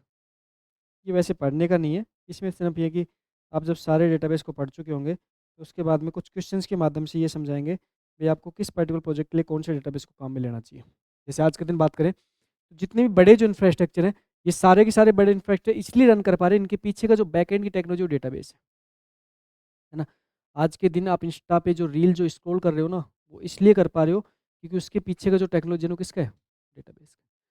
Database के पावर की वजह से ही आप आज के दिन इस पर्टिकुलर 5G के ज़माने में आप इंस्टाग्राम, आप स्विगी, जोमेटो, आप यूट्यूब जैसे बड़े बड़े प्लेटफॉर्म की बातें करते हो। आज के दिन आप जो ऑनलाइन ट्रांजैक्शन करते हो ना, फ़ोन पे से जो आप पर डे कितनी ही ट्रांजैक्शन आप परफॉर्म करते हो, और आप अकेले नहीं करते, लाखों करोड़ों लोग एक साथ ट्रांजैक्शन परफॉर्म करते हैं और सारी की सारी ट्रांजैक्शन प्रॉपरली वेल मैनेज तरीके से चलती रहती है। लाखों करोड़ों लोग एक साथ यूट्यूब पे वीडियो देखते रहते हैं, लाखों करोड़ों लोग एक साथ इंस्टाग्राम पे रील देखते रहते हैं, लेकिन सभी को प्रॉपरली रील दिखाई देती है, सबको प्रॉपरली वीडियो दिखाई देता है, सबकी प्रॉपर ट्रांजैक्शन चलती रहती है। ये सारी चीज़ें इसलिए परफॉर्म हो पा रही है, सारे पार्ट इसलिए काम कर पा रहे हैं क्योंकि इनके पीछे जो बैकएंड में जो टेक्नोलॉजी काम कर रही है, कौन सी काम कर रही है, इसलिए डेटाबेस टेक्नोलॉजी को समझना बहुत आसान है, डेटाबेस टेक्नोलॉजी समझना बहुत आसान है। एक बार सिलेबस का मैं थोड़ा-सा एक बार वापस से ब्रीफ फॉलो कर देता हूँ। मेरे हिसाब से शायद सिलेबस लिखते-लिखते आप थक गए होंगे, है ना? कॉपी के भी 2-3 पेज भर गए होंगे। लेकिन पेज भरने इसलिए ज़रूरी है कि आपके माइंड में एटलीस्ट ये इमेज क्लियर हो जानी चाहिए कि हमें ये सारे पॉइंट पढ़ने हैं। बेसिकली होता क्या है, आप सब्जेक्ट जब पढ़ते हो ना, तो आपको यही नहीं पता होता सब्जेक्ट्स में हम किस-किस पॉइंट्स को पढ़ेंगे। जस्ट आप इतना सा कि सब्जेक्ट पढ़ रहे हो, सच में ये नहीं पता होता आप किस-किस पॉइंट को पढ़ने वाले हो। यहाँ पे अगर बात करें, तो हमारे सब्जेक्ट के रूप में हम जिन पॉइंट्स को हम स्टडी करने वाले हैं, उसमें सबसे पहले हमारे पास में जो डेटाबेस है, उस डेटाबेस के इंट्रोडक्शंस के बारे में बात करेंगे। किस बारे में बात करेंगे? डेटाबेस का इंट्रोडक्शन बारे में बात करेंगे। बेसिक डेटाबेस के इंट्रोडक्शन बारे में बात करेंगे कि भाई डेटाबेस के इंट्रोडक्शंस में बेसिक पॉइंट्स स्टार्ट करेंगे। डेटा क्या होता है, डेटाबेस क्या होता है, डीबीएमएस क्या होता है। फिर उसके बाद में डेटा को रिप्रेजेंट करें, डेटा, इन्फॉर्मेशन, नॉलेज, विजडम, ये क्या होते हैं। फिर डेटा रिप्रेजेंटेशन की यूनिट्स के बारे में बात करेंगे। Data representation different different units हैं। इसमें बेसिक यूनिट से लेके लास्ट का डेटाबेस तक हम कैसे डेटाबेस बनाते हैं, क्योंकि डेटाबेस मतलब तो एक लार्ज अमाउंट ऑफ डेटा को मैनेजमेंट कर रहे हैं, ठीक।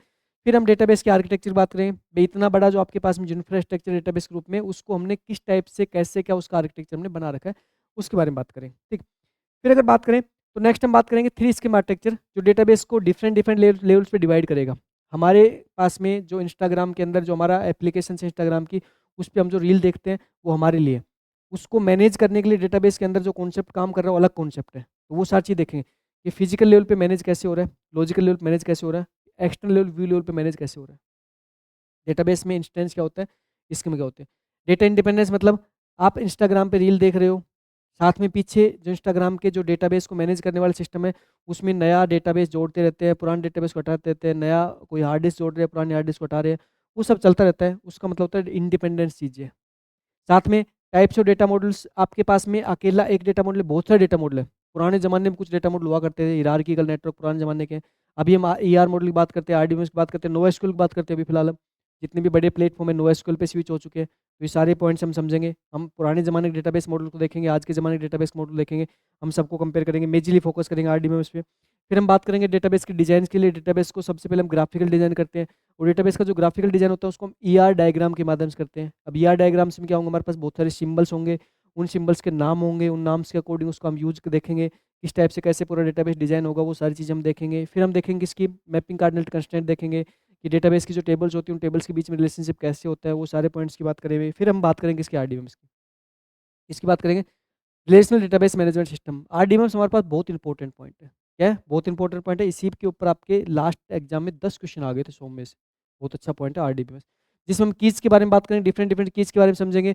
और यहाँ पे फिर हम समझेंगे इसके बारे में, जो टेबल्स है ना, जो टेबल आपको दिखाई दे रही है, इस टेबल्स की सारी विशेषताएं पढ़ेंगे। टेबल की सारी विशेषताएं पढ़ेंगे, टेबल्स की सारी विशेषता पढ़ते हैं आपका डेटाबेस खत्म हो जाएगा, ठीक। उसके बाद हम नेक्स्ट बात करेंगे हमारे पास में जो पर्टिकुलर डेटाबेस, और डेटाबेस के अंदर प्रॉब्लम्स क्या क्या हो सकती है।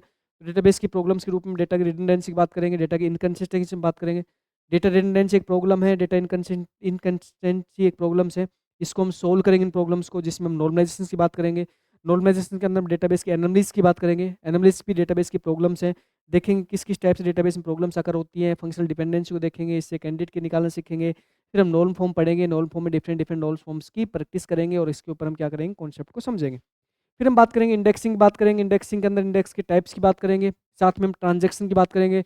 आज के दिन आप फ़ोन पे से पर डे पता नहीं कितनी सारी ट्रांजैक्शन परफॉर्म करते हो, और उस टाइम पे आप सिर्फ अकेले नहीं करते, लाखों करोड़ों यूजर एक साथ परफॉर्म कर रहे हैं। तो ये सारी चीज़ें जो मैनेज हो रही है, वो कैसे मैनेज हो रही है, ट्रांजेक्शन कैसे परफॉर्म की जा रही है। फ़ोन पे की जो ट्रांजेक्शन उसको हम लॉजिकली समझेंगे। सिर्फ इतना सा काम करना है, फ़ोन पे ट्रांजेक्शन समझना है, लॉजिकली समझना है। और हम अकेले ट्रांजेक्शन नहीं, पूरी दुनिया में जो लोग ट्रांजेक्शन कर रहे हैं उसको लॉजिकली समझेंगे, वही पूरा पार्ट है, वही पूरा पार्ट है। उसके बाद हम मेन बात करेंगे किसकी, एसक्यूएल की बात करें।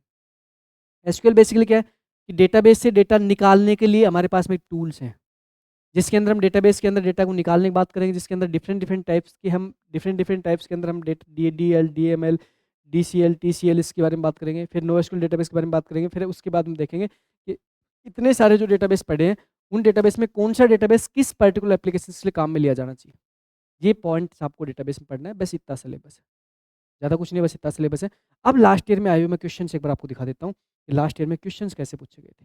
लास्ट ईयर में डेटाबेस के ऊपर 14 क्वेश्चन पूछे गए थे, और 100 में से 14 क्वेश्चन लास्ट ईयर इसलिए बड़ा रोल प्ले कर रहे थे क्योंकि वहाँ पे पासिंग मार्क के लिए आपको सिर्फ 40% चाहिए होते थे। 14 क्वेश्चन के रूप में ये जो क्वेश्चन आपको दिखाई दे रहे हैं, लास्ट ईयर से पूछे गए क्वेश्चन है। अभी सिर्फ और सिर्फ मैं आपको क्वेश्चन दिखा रहा हूँ, इन क्वेश्चन को हम ड्यूरिंग द कोर्स हम कंप्लीट कवर करेंगे। और भी क्वेश्चन देखेंगे, सिर्फ इतना ही, और भी क्वेश्चन देखेंगे। जैसे ये कीज़ के ऊपर क्वेश्चंस रहा, ये नोएसक्यूएल के ऊपर क्वेश्चंस रहा, ये आपके आरडीएमएस के ऊपर डायरेक्टली क्वेश्चंस रहा आपके, ठीक है। फिर उसके बाद बात करेंगे ये आपके एसक्यूएल के ऊपर क्वेश्चंस रहा आपके, ये वापस से कीज़ के ऊपर क्वेश्चन रहा आपके, ये आपके नॉर्मल फॉर्म के ऊपर क्वेश्चन रहा आपके, ये आपके एसक्यूएल के ऊपर क्वेश्चन रहा, फिर एसक्यूएल के ऊपर वापस क्वेश्चन आ गया, ये एसक्यूएल के ऊपर वापस क्वेश्चन आ गया, तो following database object does physically, ये आपके बेसिक क्वेश्चन है आपके, जो आपके three schema architecture wise question है आपके, फिर आपके ये आपके रिलेशनल कैलकुलस से क्वेश्चन है आपके,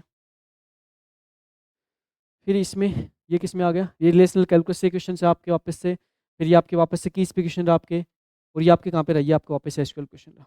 तो इस टाइप से आपके लास्ट ईयर 2022 के एग्जाम में आपके बहुत अच्छे वेटेज के साथ आपके डिफरेंट डिफरेंट टाइप्स के जो क्वेश्चन हैं ये आपके पूछे गए थे, और ये जो क्वेश्चन है ये सारे के सारे क्वेश्चन आपके सिलेबस में कवर है। जो मैंने कोर्स कंटेंट लिखवाया ना, इसमें सारे क्वेश्चंस आपके कंप्लीटली कवर होंगे, तो निश्चिंत रहो, अच्छे तरीके से पढ़ाएंगे। ज़्यादा कंटेंट नहीं है, सिर्फ और सिर्फ आपको कोर्स कंटेंट लिखने में ज़्यादा पेज भर गए होंगे, क्योंकि सबसे पहले आपको मैं ये बताना चाहता था कि ये जो टेक्निकल सब्जेक्ट, इस टेक्निकल सब्जेक्ट को पढ़ना किस वे में है। देखो, सबसे पहले जो चीज़ आप पढ़ते हो उसको कैसे पढ़ना है वो ज़रूरी है। तो हम इन चीज़ों को बिल्कुल बेसिक बेसिक स्टार्ट करके और हर कंसेप्ट को रियल लाइफ एग्जाम्पल समझेंगे। ऐसे नहीं टेक्निकल भाषा में घुसे रहेंगे, नहीं, ऐसा कुछ नहीं करेंगे। रियल लाइफ एग्जाम्पल लेके चीज़ों को समझेंगे, अच्छे से कैप्चर करेंगे, सब चीज़ें प्रॉपर्ली कवर हो जाएंगी। ठीक है? बस ये कि धैर्य बनाए रखना है, जितनी क्लास हो उनको प्रॉपर्ली अटेंड करना है, किसी भी क्लास को मिस नहीं करना, नोट्स प्रॉपर बनाना है, सारे टेस्ट देने हैं। मैं 100% दावे के साथ कह सकता हूँ कि एक भी क्वेश्चन मिस नहीं होगा। Okay, thank you, take care. छोटा सा ब्रेक लेते हैं, अगली क्लास स्टार्ट होती है।